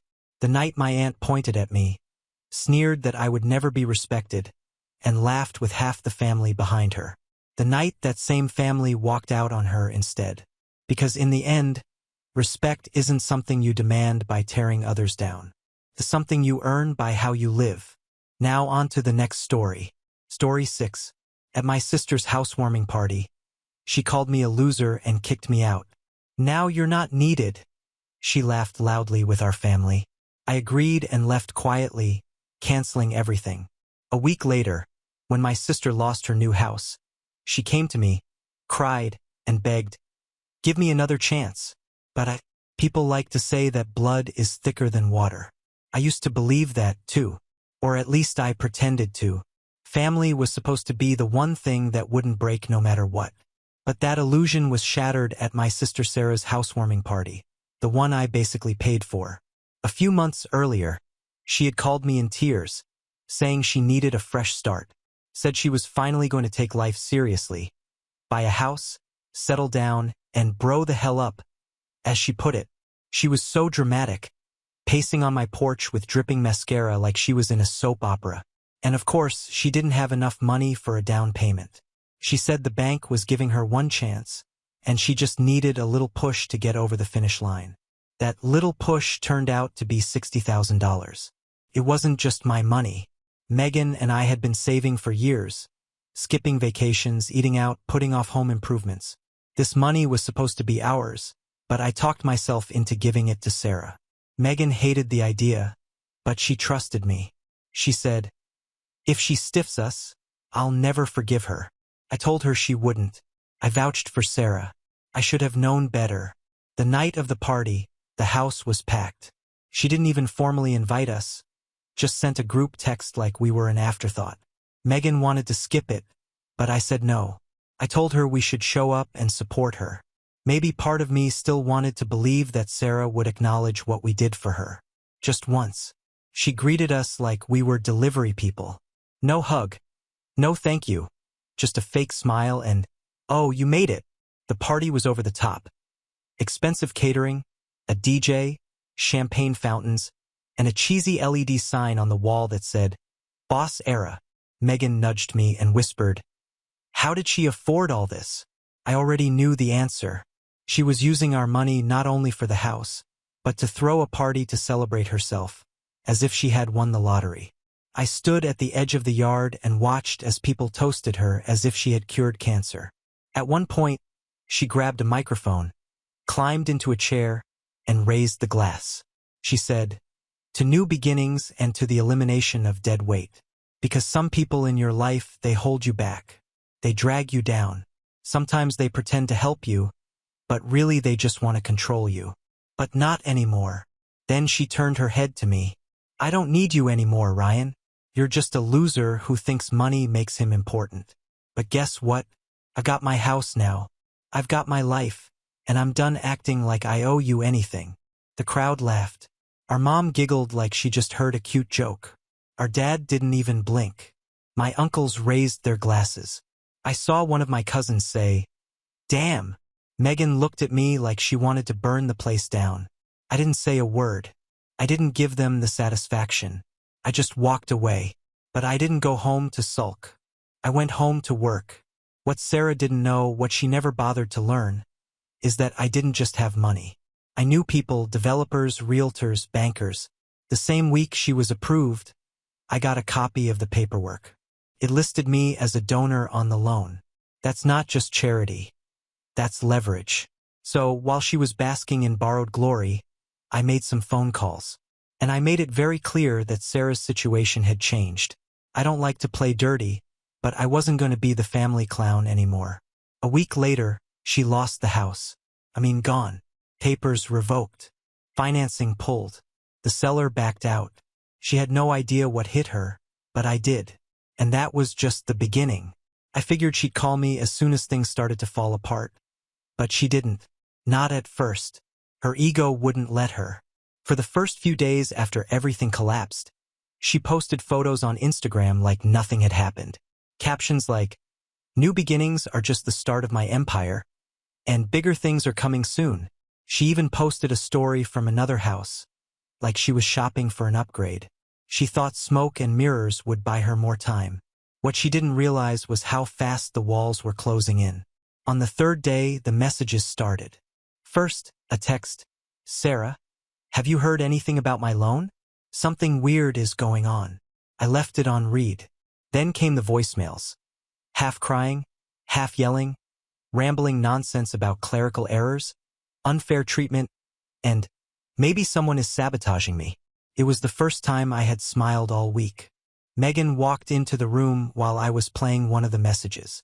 She just said, "Good," and went back to folding laundry. On the fifth day, she drove to our house. She didn't knock at first, just sat in the car for 10 minutes as if she were rehearsing. When she finally rang the doorbell, Megan answered. She didn't let Sarah in. She just stood in the doorway. I stayed in the kitchen, not because I didn't want to see her, but because I wanted her to feel like she had to ask. And she did. "Ryan, please, can we talk? Just for 5 minutes. I swear I didn't know. I need another chance." I walked over and leaned against the doorframe. Another chance for what? To make it right. I told her, "You already made it right. You made it perfectly clear that I'm a loser who means nothing to you. I heard it from your own mouth." She started to cry, real tears this time. She said she was drunk. She said she was just performing for the crowd. She said it got out of hand, that she didn't mean any of it. "But you meant it when you said you wouldn't pay me back, right?" I asked. She froze. That silence said it all. I told her I didn't need another apology. I needed her to stay off my porch and figure out her life without dragging me into it again. She tried to step forward, said we were family, said I couldn't just walk out on her. That's when Megan stepped in and closed the door. I thought that was the end of it, but Sarah doesn't go away quietly. Within days, she had turned the whole family against me. My mother called, furious. "You are punishing your sister at the worst time of her life. She was wrong, but she's suffering. You have to forgive her." I told her no. My father told me that I was being cold. That's not how family works. I asked him where he was when she humiliated me in front of everyone. He didn't answer. Our parents have saved a lot. They have their little retirement nest egg, but they wouldn't give her a dime. "It's different when it's your kid," my mother said. "You're her brother." Exactly. I'm not her parent. I'm not her crutch. And I'm done cleaning up after people who stabbed me in the back. Let them figure it out. I told them all I was out. Let them choose sides. I wasn't going to be part of a family that thought loyalty meant being walked over. But Sarah's spiral wasn't over. Not even close. It wasn't long before Sarah's downfall began to stink. Not just figuratively, but literally. According to Jenna, she was living in a rundown motel behind a gas station where even the clerk kept his distance. The same girl who just weeks before had been popping champagne in a $700 velvet jumpsuit was now posting cryptic Instagram quotes like, "The phoenix always rises." Her caption game was still strong, but reality was quickly catching up. She deleted every photo from the housewarming party. Every single one like it never happened. Then came the GoFundMe. The headline read, "Please help me rebuild after housing scam." It said she had been manipulated and misled by a corrupt system, and now she was on the verge of homelessness. Not a word about the $60,000 gift. Not a single sentence about humiliating me in front of 30 people while calling me a loser. In her version, I didn't exist unless she was talking to her family, in which case I was the jealous brother who orchestrated her downfall. She asked for $100,000. She got $312 and a comment from a bot offering a crypto loan. Megan showed me the page. She silently scrolled through it, then looked at me and said, "Should we report this for fraud?" I didn't even answer. We both knew what she was doing. Sarah was trying every angle. Victim, warrior, survivor, any role that kept her from looking in the mirror. But the worst part wasn't her lies. I expected that. The worst part was how many people in our family began to believe them. My mom called, her voice sharp, like I was the one who messed things up. "Ryan, she's still your sister. She's hurting." I told her Sarah was a grown woman who got herself into this, and if they were so concerned, maybe they could write her a check. Dead silence. Then the usual guilt trip. "We don't have that kind of money. We're on a fixed income." Yeah, well, so was I before I gave my savings to their favorite daughter. My parents could afford 2 cruises a year, but suddenly they were broke when it came to helping Sarah. It wasn't about money. It never was. It was about control. They didn't like that I wasn't in the game anymore, that I was cutting her off. To them, being family meant swallowing every insult, every lie, and smiling while they poured salt in the wound. But I wasn't playing that game anymore. The longer I stayed silent, the louder Sarah became. She was telling anyone who would listen that I had ruined her life, that I was punishing her for being the shining light in the family. She made it sound like I was some failed shadow figure hiding behind spreadsheets and bitterness, trying to drag her back down because I couldn't handle her glow. She even had the nerve to text Megan, "I know he's hurting, but please talk to him. Deep down, he knows this isn't right." Megan blocked her. Then, 3 weeks after the party, she showed up.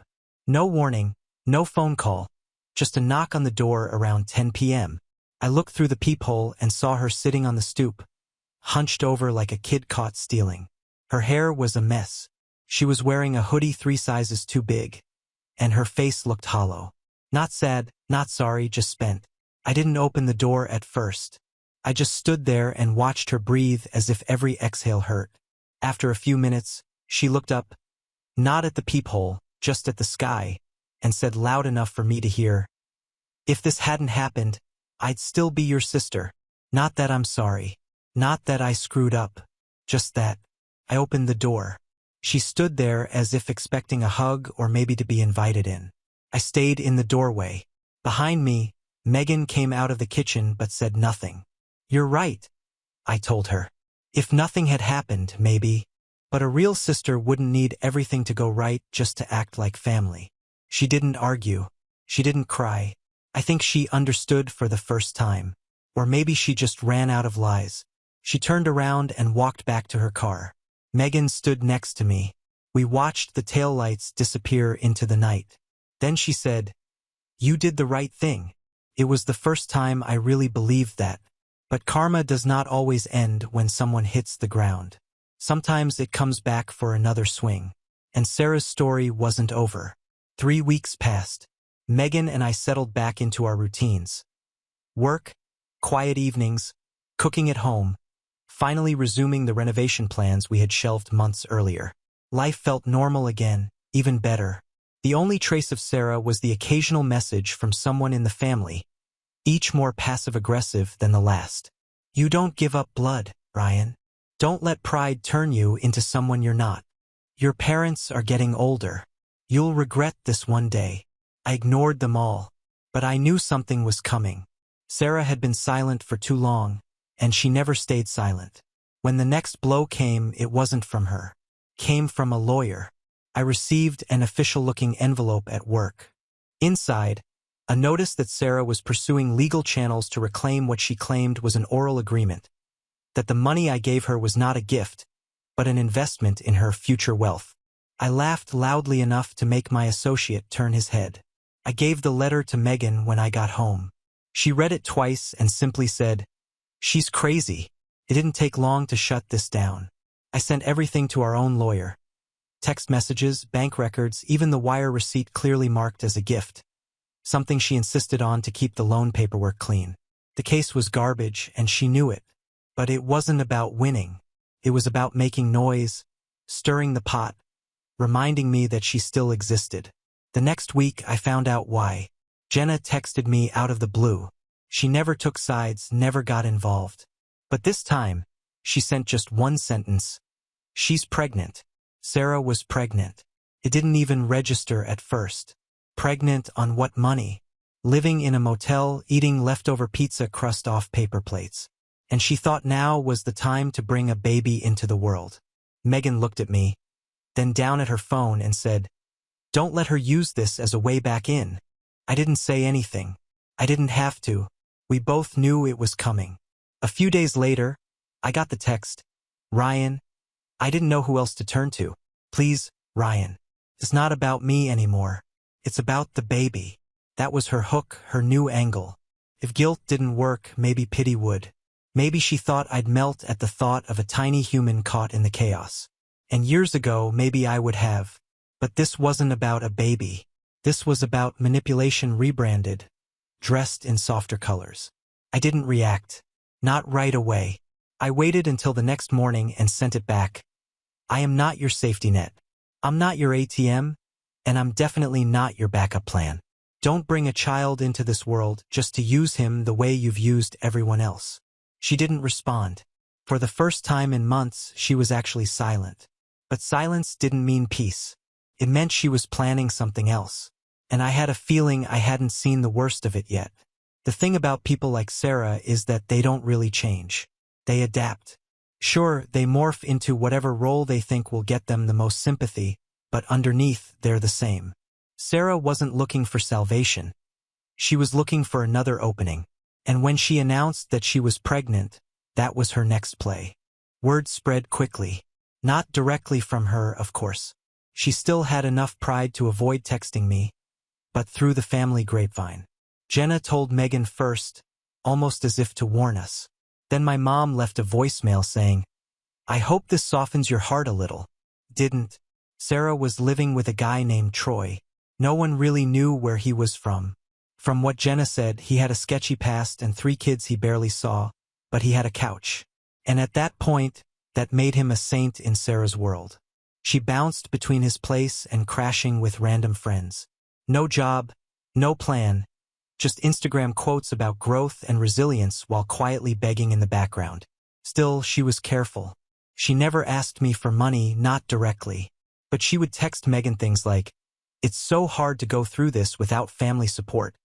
Or, "I never thought I'd have to do this all by myself." Passive-aggressive, manipulative, classic Sarah.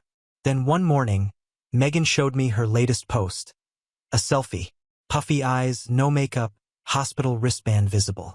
The caption read, "Some things are too painful for words. Heaven gained an angel today." I didn't respond. I scrolled through the comments. Most were strangers. A few were from extended family. One said, "So sorry, sweet girl. You're stronger than she ever was." That was meant for me. I didn't sleep that night. Not because I was heartbroken. I didn't feel much of anything, honestly. Just a low hum of disgust. She had already turned a tragedy into a campaign. She'd found her new identity. Not just the victim, but the grieving mother. And she was going to wear it like armor. I didn't reply to the post. I didn't text. I didn't even open her messages. But the next knock came 5 days later, my father. I hadn't seen him since the night of the housewarming, since he'd stood like a statue while Sarah torched me in front of everyone. Now he was standing on my porch as if none of it had happened. No call, no warning, just standing there like he had some moral high ground to reclaim. I didn't invite him in. "She's in the hospital," he said. "She lost the baby. There were complications. She's not doing well." I waited. Then he added, "She's asking for you." I almost laughed. Not because I thought it was funny, but because it was so predictably sad. That was Sarah in a nutshell. Burn every bridge and then show up with a matchbox asking for help. "You want me to go see her?" I asked. "She needs a family, Ryan. She's broken." "No," I said. "She's not broken. She's just out of people to use." He flinched at that, as if I'd crossed some sacred line. But I wasn't finished. "She humiliated me, lied to everyone, kept the money, refused to pay it back, and you stood there and watched." "She was hurting," he said. "So was I," I replied. "But you only seemed to care about hers." There was this long silence, as if he thought if he stood there long enough, my humanity would kick in and I'd fold. But I didn't. "She said if things hadn't happened, she'd still be your sister," he said. "She meant it." I shook my head. "If she was ever my sister, she wouldn't have needed things to happen a certain way to act like it." "She's all alone," he said. "No," I said. "She's just finally feeling what it's like to live without leverage. She's not the victim. She's just out of ammunition." He turned to leave. At the end of the driveway, he said one more thing without looking back. "You'll regret this one day." I closed and locked the door. Later, Megan came in and handed me a cup of coffee. She didn't ask what had been said. She didn't need to. She just said one thing before sitting down next to me. "I'm proud of you." For the first time since this all started, I finally believed that I wasn't the cruel one. I wasn't the selfish one.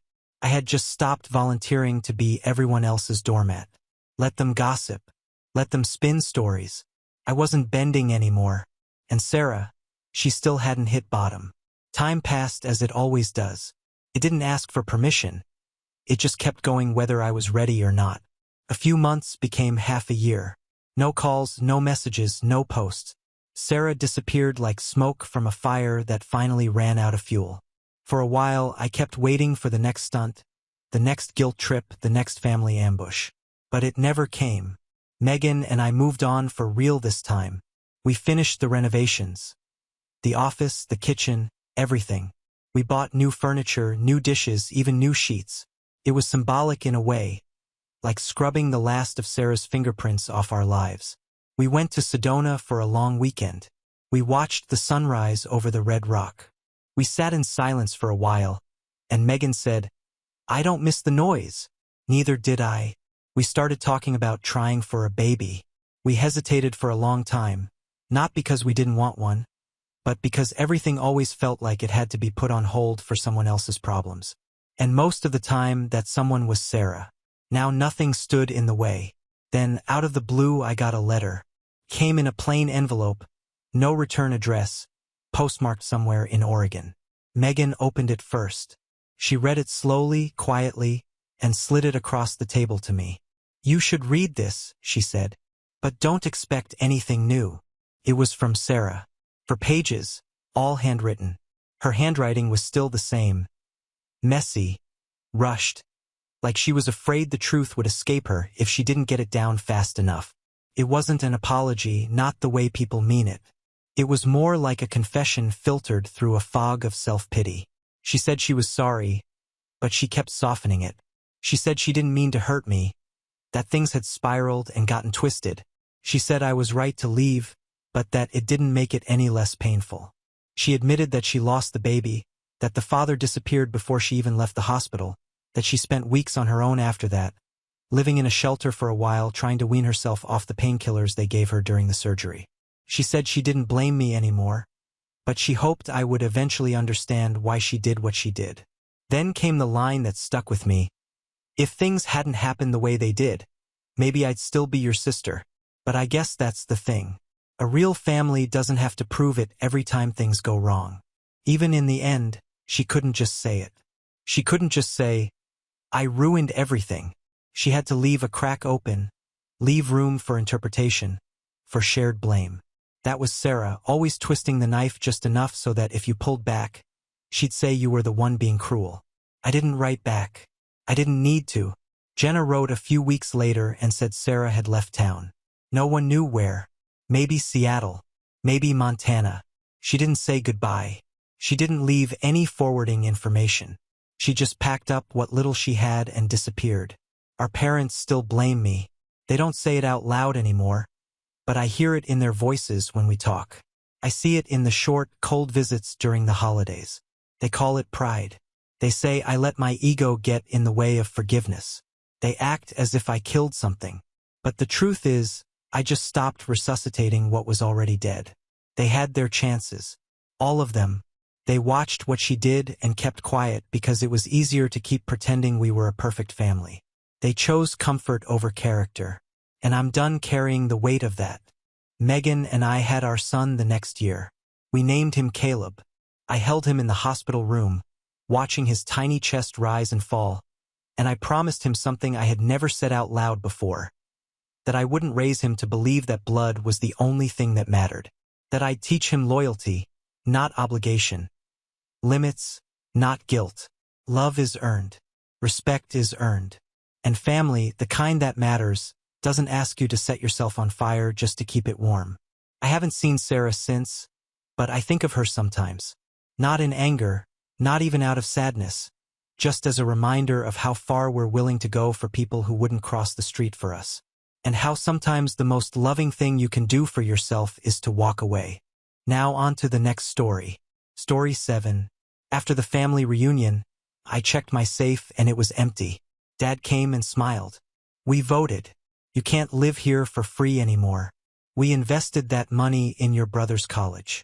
Shaking, I started calling my lawyer and said to Dad, "Then you won't mind what happens next." He laughed. The next day, my phone exploded with 37 missed calls. Brother was screaming, Mom was panicking, and my dad was begging me not to do it.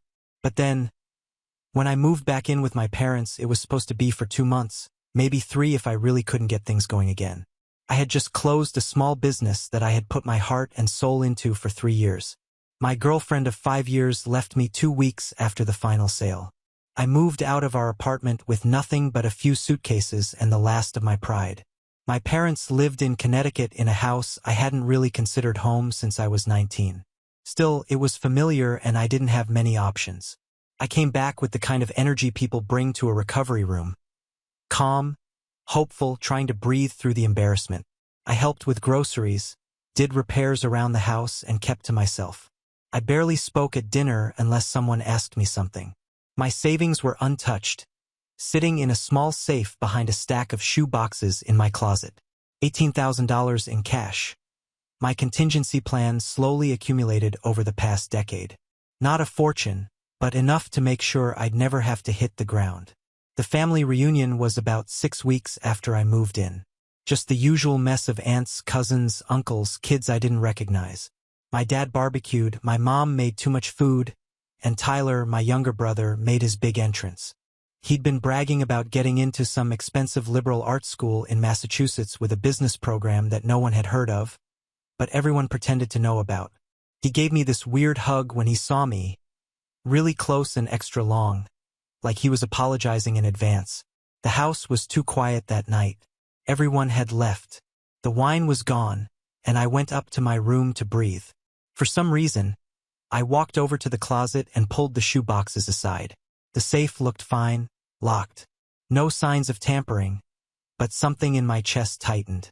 I punched in the code. The beep was the same. I turned the handle. Empty. No cash, no documents, nothing. I stood there for almost a full minute before I closed it and opened it again, as if the money might just reappear. I started rifling through the room, but deep down I knew it wasn't misplaced. It had been taken. Then I heard footsteps. My father appeared in the doorway holding a coffee cup as if he were strolling through the garden. He said they had taken a family vote, that everyone agreed that I shouldn't be allowed to live there for free, that since I wasn't contributing and Tyler had a future to think about, they made a decision. He said they used my money to make the first tuition payment.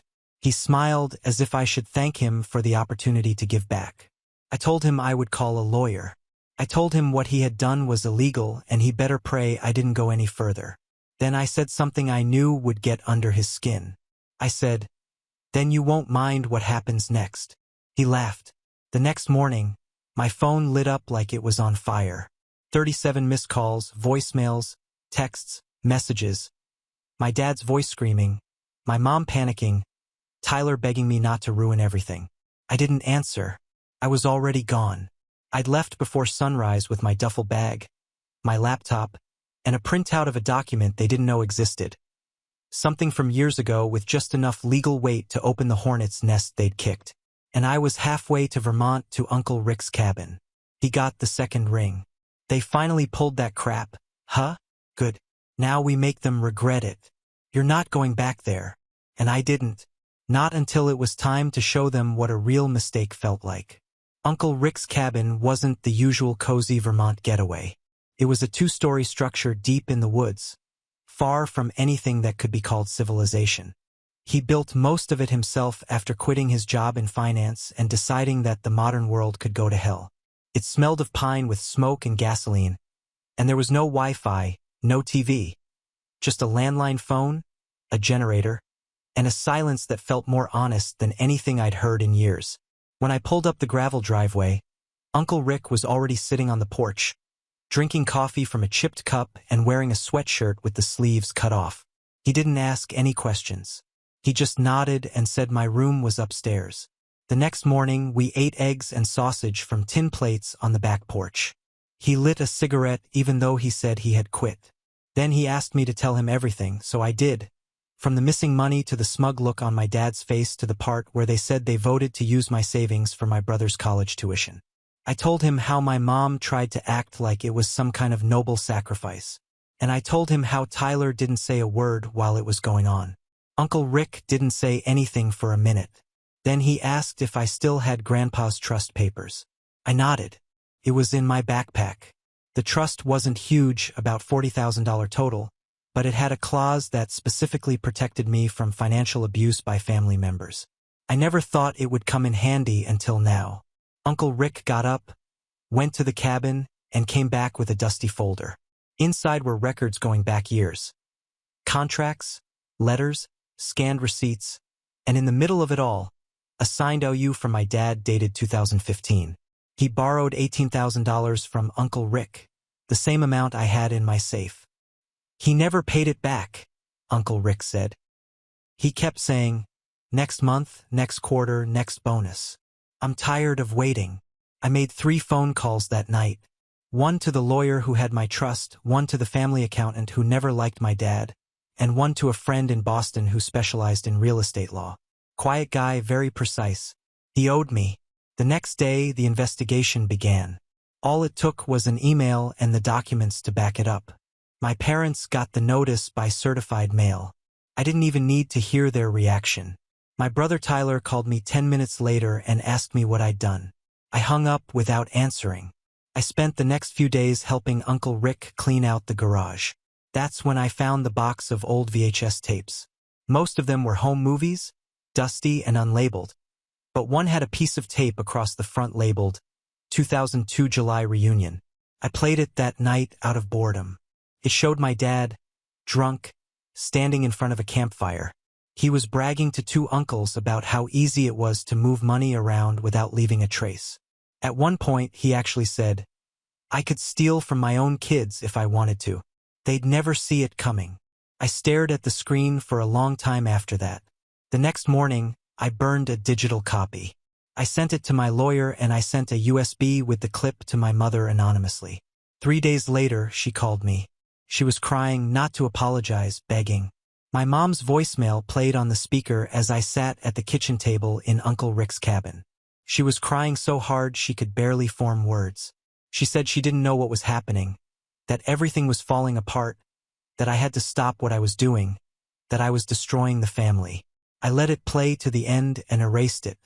Uncle Rick sat across from me and finished his coffee. He didn't say anything for a while. Then he looked up and said, Let's make it really hurt. It was the green light I didn't know I needed. I started with the trust. Once the investigation began, things moved quickly. The trust was legally protected from internal family manipulation, and my parents had unwittingly triggered the entire clause by taking my money. It wasn't just my $18,000 anymore. Every asset my grandfather had tied up in the family now had to be accounted for and audited. That included the car my parents leased in Grandpa's name after he died and the vacation home they'd been quietly renting out under the table. Within 48 hours, a forensic accountant had contacted them.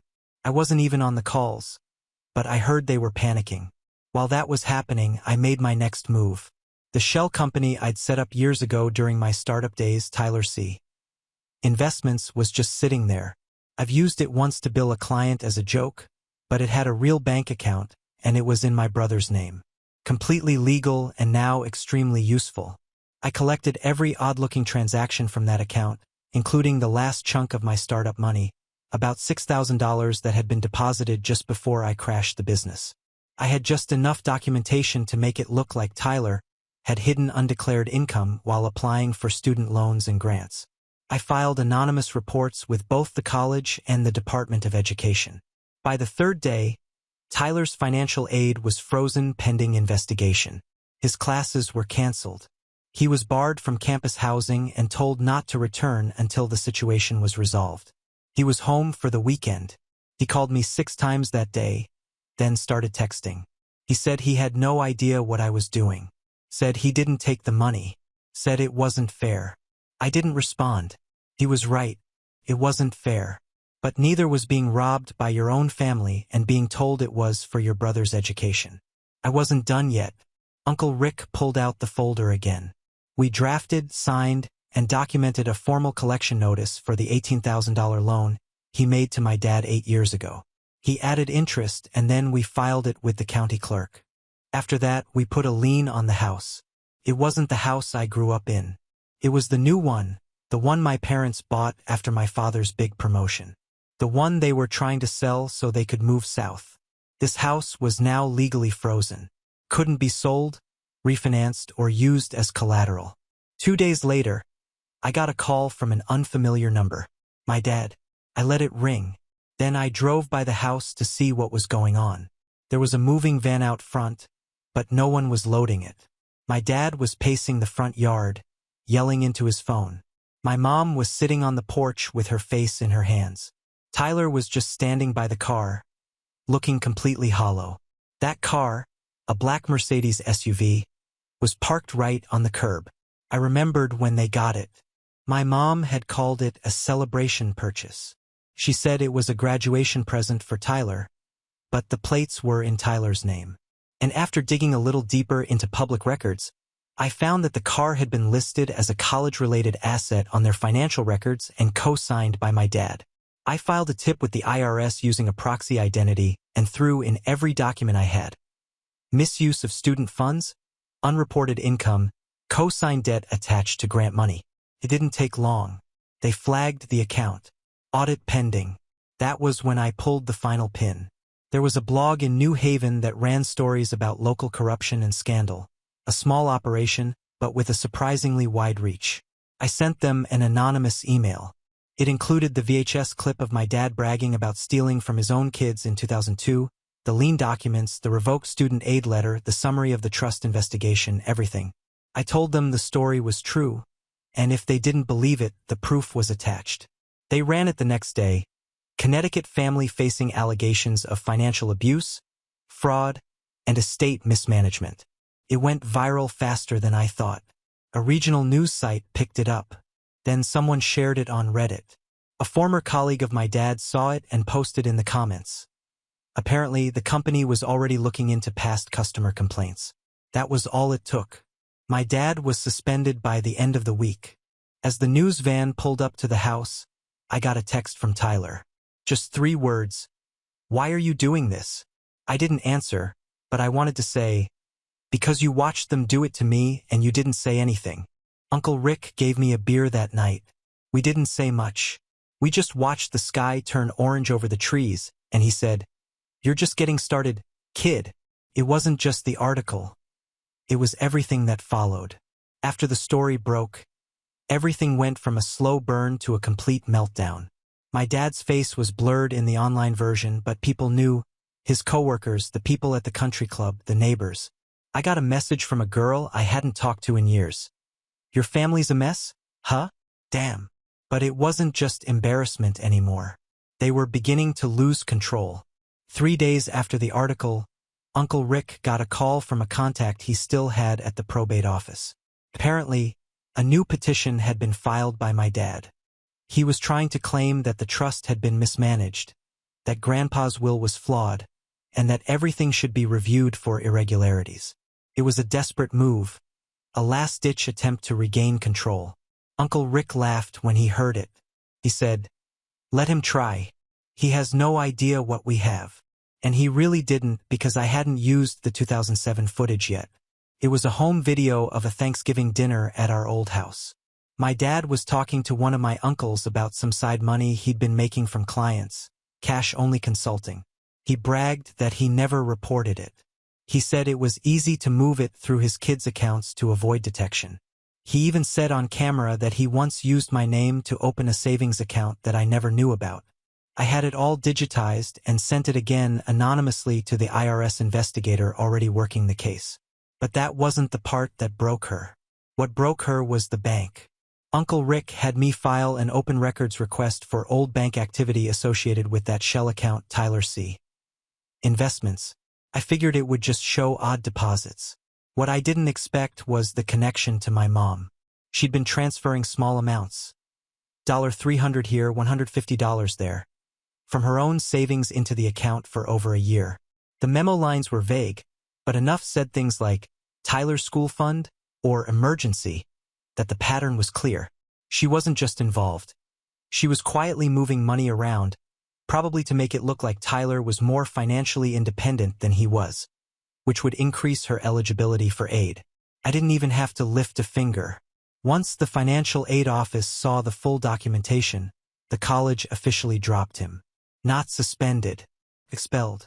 Aid revoked. Record flagged for fraud. 2 days later, my brother showed up at Uncle Rick's cabin. I wasn't expecting him. He looked thinner, older somehow, worn down. We stood outside while Uncle Rick stayed inside, giving us space. Tyler asked me if I hated him. I told him I didn't, that I just didn't care anymore. Then he said something that surprised me.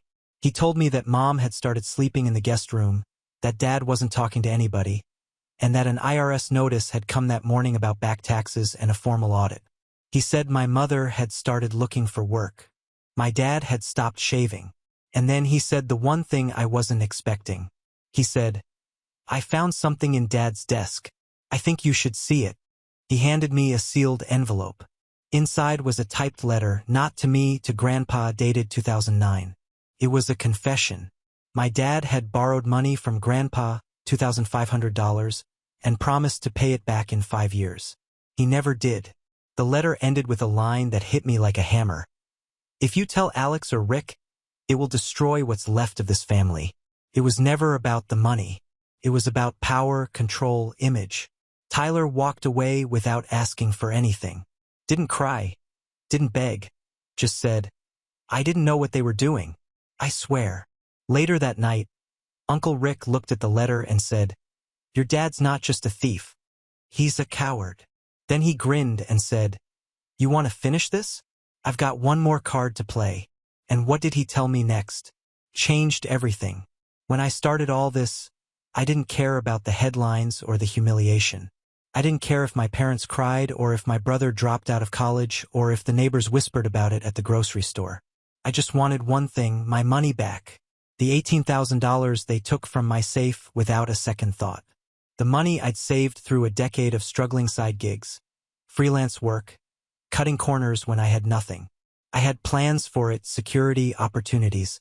They stole it like I was a burden they could siphon off. That's what lit the fire. But now it had become something else. Bigger, wilder. I started a chain reaction and it was spinning fast. But somewhere between the shell company, the IRS, the lien, the eviction, and the news stories, I still hadn't gotten the money. Uncle Rick reminded me. He said, "If you don't collect, it's all just noise." So I started digging again through statements, records, anything I could find. And then I found it buried in a routine bank report tied to Tyler's name. A wire transfer. Just over $19,000. Not in or out, just sitting there at a bank I didn't recognize. I ran the routing number. It wasn't in Connecticut. It was in New Jersey, in a different branch of the same bank my dad used to work at before he got promoted. I called the bank, posed as Tyler, said I'd lost access to my account and needed help resetting my credentials. They asked me for basic ID verification. I had it all: date of birth, last 4 social numbers, address history. I'd lived with him. I watched him fill out job applications. They gave me a temporary login. And there it was, $19,426.88 sitting there untouched, labeled Education Disbursement Reserve. It wasn't financial aid money. It wasn't scholarship money. It was mine, transferred from my stolen cash through a holding account and tucked away in that quiet little pocket just in case college costs go up. Uncle Rick and I called his lawyer, filed an official claim for restitution backed with documentation and the trust case. But we knew it would take time, so I did something else. I took a step they wouldn't expect. I showed up unannounced at the house, knocked as if I hadn't burned the place to the ground. My mom answered. She looked like she hadn't slept in days. I asked to speak to my father. He came to the door, arms crossed, face stone cold. I told him I knew where the money was. I told him he had a choice: return every penny within 48 hours, or I'd take the account to civil court, charge him with theft and fraudulent conversion, and add the footage from the VHS tape as a bonus. I told him that the trust was already preparing a full asset forfeiture action, that every bank account, every piece of property, every suspicious transaction would be examined. I said I didn't want excuses. I didn't even want explanations. Just the money. He didn't say a word, just stared at me. I left. 2 days later, I got a message from my bank. Incoming wire transfer, $18,000 even. No note, no signature, just the number. But I wasn't satisfied, because I knew he wasn't sending it out of remorse. He sent it because he was afraid. And Uncle Rick, he said we would scare him even more. I have the money. Technically, 18 grand wired directly to my account. No message, no apology, just like I asked. It was the only thing my dad had done fast in years. Uncle Rick poured us a couple shots of bourbon when I told him. He raised his glass and said, "A little less, but if you think that means they're done, you don't know your old man." He was right. That same night, around 2 a.m., I got a text from my mom. Just one sentence. "He's going to post about you." I didn't even know what that meant until 2 hours later when someone I barely knew from high school texted me a link. Reddit, a disposable account, a rambling post on some parenting subreddit. The title said it all. "My son stole our lives and is trying to ruin us. Parents beware." It was a full-blown manifesto. It said I was a freeloading, ungrateful failure. That I'd come home with nothing, refused to work, disrespected their generosity, and turned my brother's future to ashes. He claimed I had blackmailed my own family and used a network of shady lawyers and old family grudges to manipulate the system. He even claimed that Uncle Rick had brainwashed me. That line almost made me laugh. But the best part? At the end, he added, "If anyone knows a good way to stop an adult child from destroying your legacy, DM me." I'm serious. I didn't reply. I didn't have to. Reddit did the work for me. People tore the post apart, linked to the original news story, screenshotted the evidence, and dragged him through the mud. It got so bad that he deleted the account within 12 hours. I saved everything just in case. But that was the last straw. I told Uncle Rick I was done playing defense. I wanted out of the whole mess.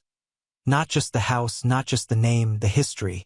So, I did something I'd been thinking about for weeks. I legally changed my last name. It wasn't dramatic, just a little form at the clerk's office, a few notarized signatures. But when I walked out, it felt like cutting a rope that had been strangling me for years. 2 days later, I packed up and moved into a small apartment in Montpelier. Nothing fancy, just a quiet corner unit in a 3-story walk-up with a fire escape and an old heater that rattled when it was turned on. Felt like mine. I bought a used couch off Craigslist, some records from a thrift store, and set up my old speakers. I played the same record on repeat for a week. I didn't tell my parents where I was going, didn't give them the address, changed my phone number, and blocked any number associated with the house. They had no way of reaching me now. I left a single message in a locked document on my laptop just in case I ever felt like reaching out again. It read, "You taught me how to fight and then you forgot that I could. But I wasn't bitter. I was free. And Uncle Rick, he was just getting started. We have reached the end." If you enjoyed this video, please be sure to like and subscribe to the channel for more videos like this, and give us your thoughts about the stories in the comments section. Thank you and see you in the next video.